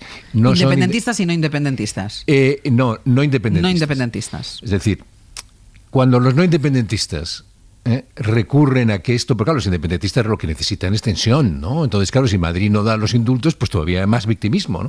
Pero cuando los no independentistas dicen, es que necesitamos poder respirar, porque cada vez que abrimos la boca, ¡pum!, nos ponen delante de las narices la cuestión de los presos, ¿no? Entonces, bueno, es una manera también de dar aire, ¿no? O sea, de dar aire a un sector, dentro de Cataluña hablo, de un sector que, digamos, que está medio amordazado, porque evidentemente es un argumento muy, muy fácil de utilizar por parte del independentismo el decir, oiga, que esta gente está en la cárcel, ¿eh? Y además es muy difícil que allí la gente entienda que está en la cárcel, ¿no? Están en la cárcel por hacer política, ¿eh? Luego nosotros podemos explicar que, bueno, que esto del Estado de Derecho es muy así, pero bueno, la percepción allí es que lo tienen por hacer política. Entonces a mí me parece que lo que sí me parece, y en lo que sí estaría de acuerdo, es que no se ha sabido vender un relato lo suficientemente eficaz, ¿no?, para justificar y sobre todo para que la gente pueda sumarse a la necesidad de los indultos, ¿no? El tema de que el gobierno representa la concordia, otros en cambio están en el lado de la venganza. A mí me parece que eso ha sido absolutamente erróneo y ahí debería haber habido otra forma de hacerlo, pero vamos a ver. Insisto, no hay otro problema político tan grave como el catalán en España. No lo ha habido, ¿eh? No lo ha habido. Y por tanto yo creo que tenemos que restañarlo. Pero hay que hacerlo mirando al futuro, no quedarnos en la sanción de una serie de conductas, bueno, que ya están pasadas y que están pasadas hace ya 4 años. O sea, yo creo que hay que subrayar que cuánto tiempo hay que dejar que pase para adoptar ese tipo de decisiones. A veces en cuando hay que adoptar decisiones valientes, aunque nos cuesten y aunque no estemos seguros de que efectivamente son las adecuadas, pero por lo menos tenemos que intentarlo, ¿no? Teo.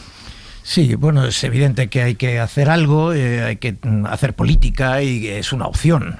Yo estoy más cerca del escepticismo de José María Lasalle, pero entiendo que evidentemente es el derecho de gracia que tiene el gobierno, es una opción que se puede ensayar y una opción ante la que se puede ser escéptico y ante la que por supuesto se puede protestar en la calle, que es tan legítimo como en cualquier otra protesta, ¿no? Siempre que en fin, que se respeten las normas generales. Yo creo que no hay por cierto, me reía Ángel porque no sabía que los monos de Gibraltar tuvieran estos comportamientos. Yo supongo que estaba pensando en los famosos 3 monos sabios de los establos sagrados del santuario Toshou. No, los de Gibraltar seguramente a lo mejor también se tapan la cara, ¿no? Y también son sabios. Yo los he visto, pero no me acuerdo si se tapan la cara o no se tapan la cara. Bueno, lo cierto es que ya digo que la política de apaciguamiento, o las políticas de apaciguamiento, son las que se han venido aplicando en Cataluña desde hace mucho tiempo, y a partir del estatuto es verdad que hay algunos momentos los que se cometen errores y por parte del gobierno del Partido Popular que pueden dar alguna justificación, pero en términos generales hay una sentencia del Tribunal Constitucional que anula unos pocos artículos, una cosa perfectamente normal bajo el Estado de Derecho, y a partir de ahí comienza una sobrepuja en el denominado procés que termina en 2017 y siempre han ido a más y ningún gesto de política de apaciguamiento ha contribuido a lo contrario. Así que esperar que los indultos lo hagan, pues en este momento tiene mucho de ingenuo, pero entiendo que sea una opción que se pueda contemplar. Pero hay algo que me parece importante y que ha mencionado Lasalle, y es la idea de la concordia. La concordia, que etimológicamente significa es el prefijo de hacer algo conjuntamente. Cor es corazón y dia es dare, dar corazón conjuntamente, tener gestos de empatía conjunta o de acercamiento conjunto. Todos los pronunciamientos que están haciendo, aunque el presidente aragonés hable de reuniones tranquilas y de propiciar que la mesa de diálogo funcione, todo lo que se refiere al procés en ningún caso ha ido encaminado a la concordia. Y en ese sentido, yo creo que los gestos tienen que empezar a ser mutuos, o el escepticismo e incluso la protesta hacia esas políticas de apaciguamiento pues son más que justificadas, claro. Son legítimas, dices tú, pero yo que tampoco hacen para la concordia las protestas en la calle. No sé qué piensas tú, Lasalle, pero hemos visto cómo el Partido Popular otras veces ha sacado la oposición a iniciativas de Cataluña a la calle y no ha contribuido ni a la concordia ni al entendimiento. Sí, no, desde luego. El duelo a garrotazos lo que hace es desatar aún más las pulsiones telúricas que a un lado y a otro. Retroalimentar los dos extremos, supuesto, al hiperventilado por un lado y a la derecha extrema por el otro. Por eso yo planteaba que un gesto de concordia es el que vivieron, por ejemplo, Josep Tarradellas y Adolfo Suárez cuando, antes de la aprobación de la Constitución, se restableció el autogobierno de Cataluña, y fue un gesto valiente y fue un gesto justo, porque es que además en el fondo conectaba con una verdad que operaba sobre el conjunto de la sociedad española, es que consideraba que eso era lo correcto para tratar de salvar un desencuentro muy profundo que se había producido con la guerra civil, ¿no? Y yo creo que ese escenario es el que ahora mismo, por desgracia, está faltando, no porque no haya voluntad en el resto de España por comprender que efectivamente el ejercicio del derecho de gracia es una técnica legal que está ahí reconocida y que nadie va a cuestionar la oportunidad de que el gobierno la ejercite, sino que debe no confundirse con una amnistía, entre comillas. Y creo que ha habido un cierto error en el planteamiento con el que se ha comunicado esta medida, no desde un punto de vista técnico, sino más desde un punto de vista político, para confundirla con algo que no se corresponde con la realidad, y especialmente cuando la concordia, insisto, requiere, por ejemplo, que la Generalitat y que el gobierno de Cataluña ahora, cuando ejerce su labor de autogobierno, entienda que es en el interés general de toda Cataluña. Es decir, no podemos tener siempre la sensación, que es algo que se proyecta desde la política en Cataluña, de que solo se gobierna para unos catalanes, pero no para el resto.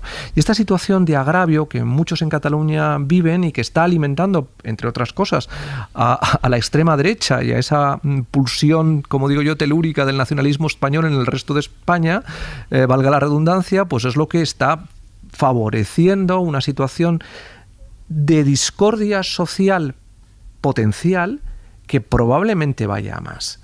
Y por tanto, yo creo que hace falta ponderar críticamente cómo abordamos esto y sobre todo que no se nos traslade a quienes muchos, y somos muchos los que queremos que el problema que se vive en Cataluña y que probablemente pase por el reconocimiento de la singularidad nacional de Cataluña, no sé de qué manera, pero habrá que abordarla, pero dentro del marco constitucional lo que no queremos es que se nos diga tenéis que buscar la concordia como es un acto de fe, porque no es un acto de fe. Muy breve, Teo. Sí, muy breve, no porque podía haberse entendido quizás mal. Yo, lejos de pensar que las protestas sean deseables, pienso que van a contribuir a la polarización y a la tensión. Es decir, que lo que decía es que estas políticas de apaciguamiento, cuando van en una sola dirección y se apela a la concordia, pero desde el otro lado no hay gestos de concordia, propician efectivamente esa polarización que no siempre hay que señalar al que convoca la protesta, sino a quien no atiende a ningún tipo de gesto. Y en ese sentido, perdón, te remato,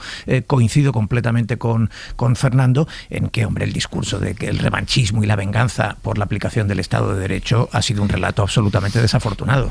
Muy breve. No, a mí me gustaría saber cuál es la alternativa que ofrecen para Cataluña el otro lado, ¿no? O sea, a mí me parece que esto, es decir, que hay que hacer política. Vamos a ver, aquí no podemos hacer todo el día aplicar el derecho, ¿no? Es decir, este tipo de conflictos se resuelven políticamente. O sea, pedía brevedad porque me tengo que ir a Roma, porque hay una cosa que quiero que cuente bien Joan Solés. Joan, ¿qué tal? Muy buenos días.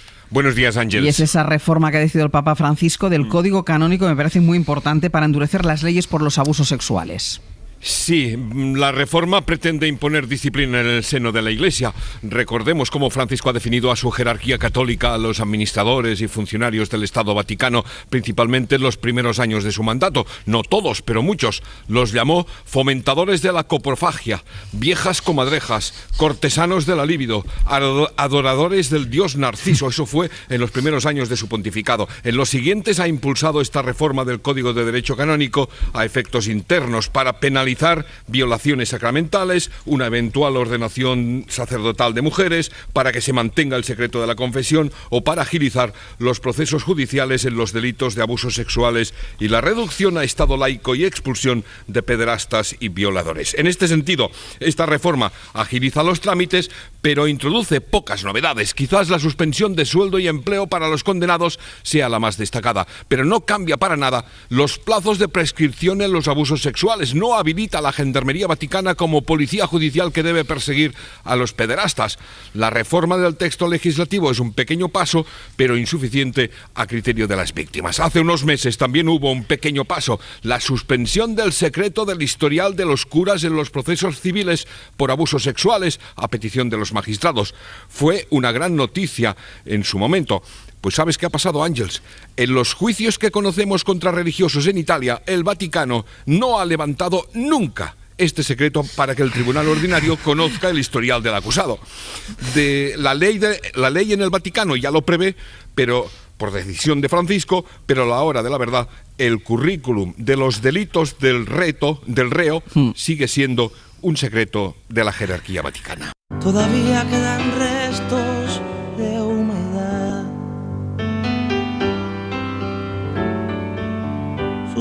Venga, vamos a organizarnos, que nos queda un minuto para presentar lo que vamos a hacer hasta que termine el programa y despedir a los tertulianos. Pues, Sergio Castro, buenos ¿qué días. tal? Buenos días, muy fácil. A partir de las 11:30 nos vamos a colar en la casa de Pablo Milanés, que es el que nos está cantando, para que nos cuente, por ejemplo, cómo a partir del viernes se va a digitalizar toda su obra para las canciones que hoy solo se podrían encontrar en vinil o en cassette, las tengan cualquier seguidor en los formatos tecnológicos mejores y con la mejor calidad. Pablo Milanés a las 11:30. Antes viajamos a una biografía. Viajamos a la biografía del marchador español de 50 kilómetros marcha, de la eterna sonrisa, Jordi Llopart, el hombre que consiguió la primera medalla para el atletismo español, el hombre con el que empezó todo. Qué bueno, y antes estaremos con Marta Sanz y con Manuel Delgado en el Rincón y la Esquina hablando de porteros y de porterías. Queremos conocer sus historias, 900-100-800, historias de porteros y de porterías. Y agradecer a Teodoro León Grosa, a Fernando Vallespín y a José María Lasalle, que han estado aquí tan ricamente como siempre. Y no vayáis a planchar porque sé que no os gusta. Hasta la semana que viene. Un abrazo. Chao. Hasta luego.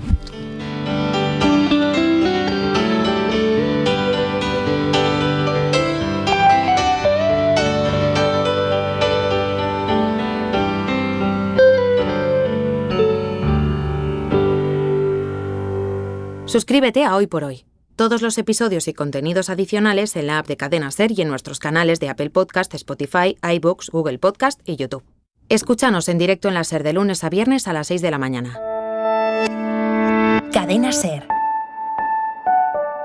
La radio.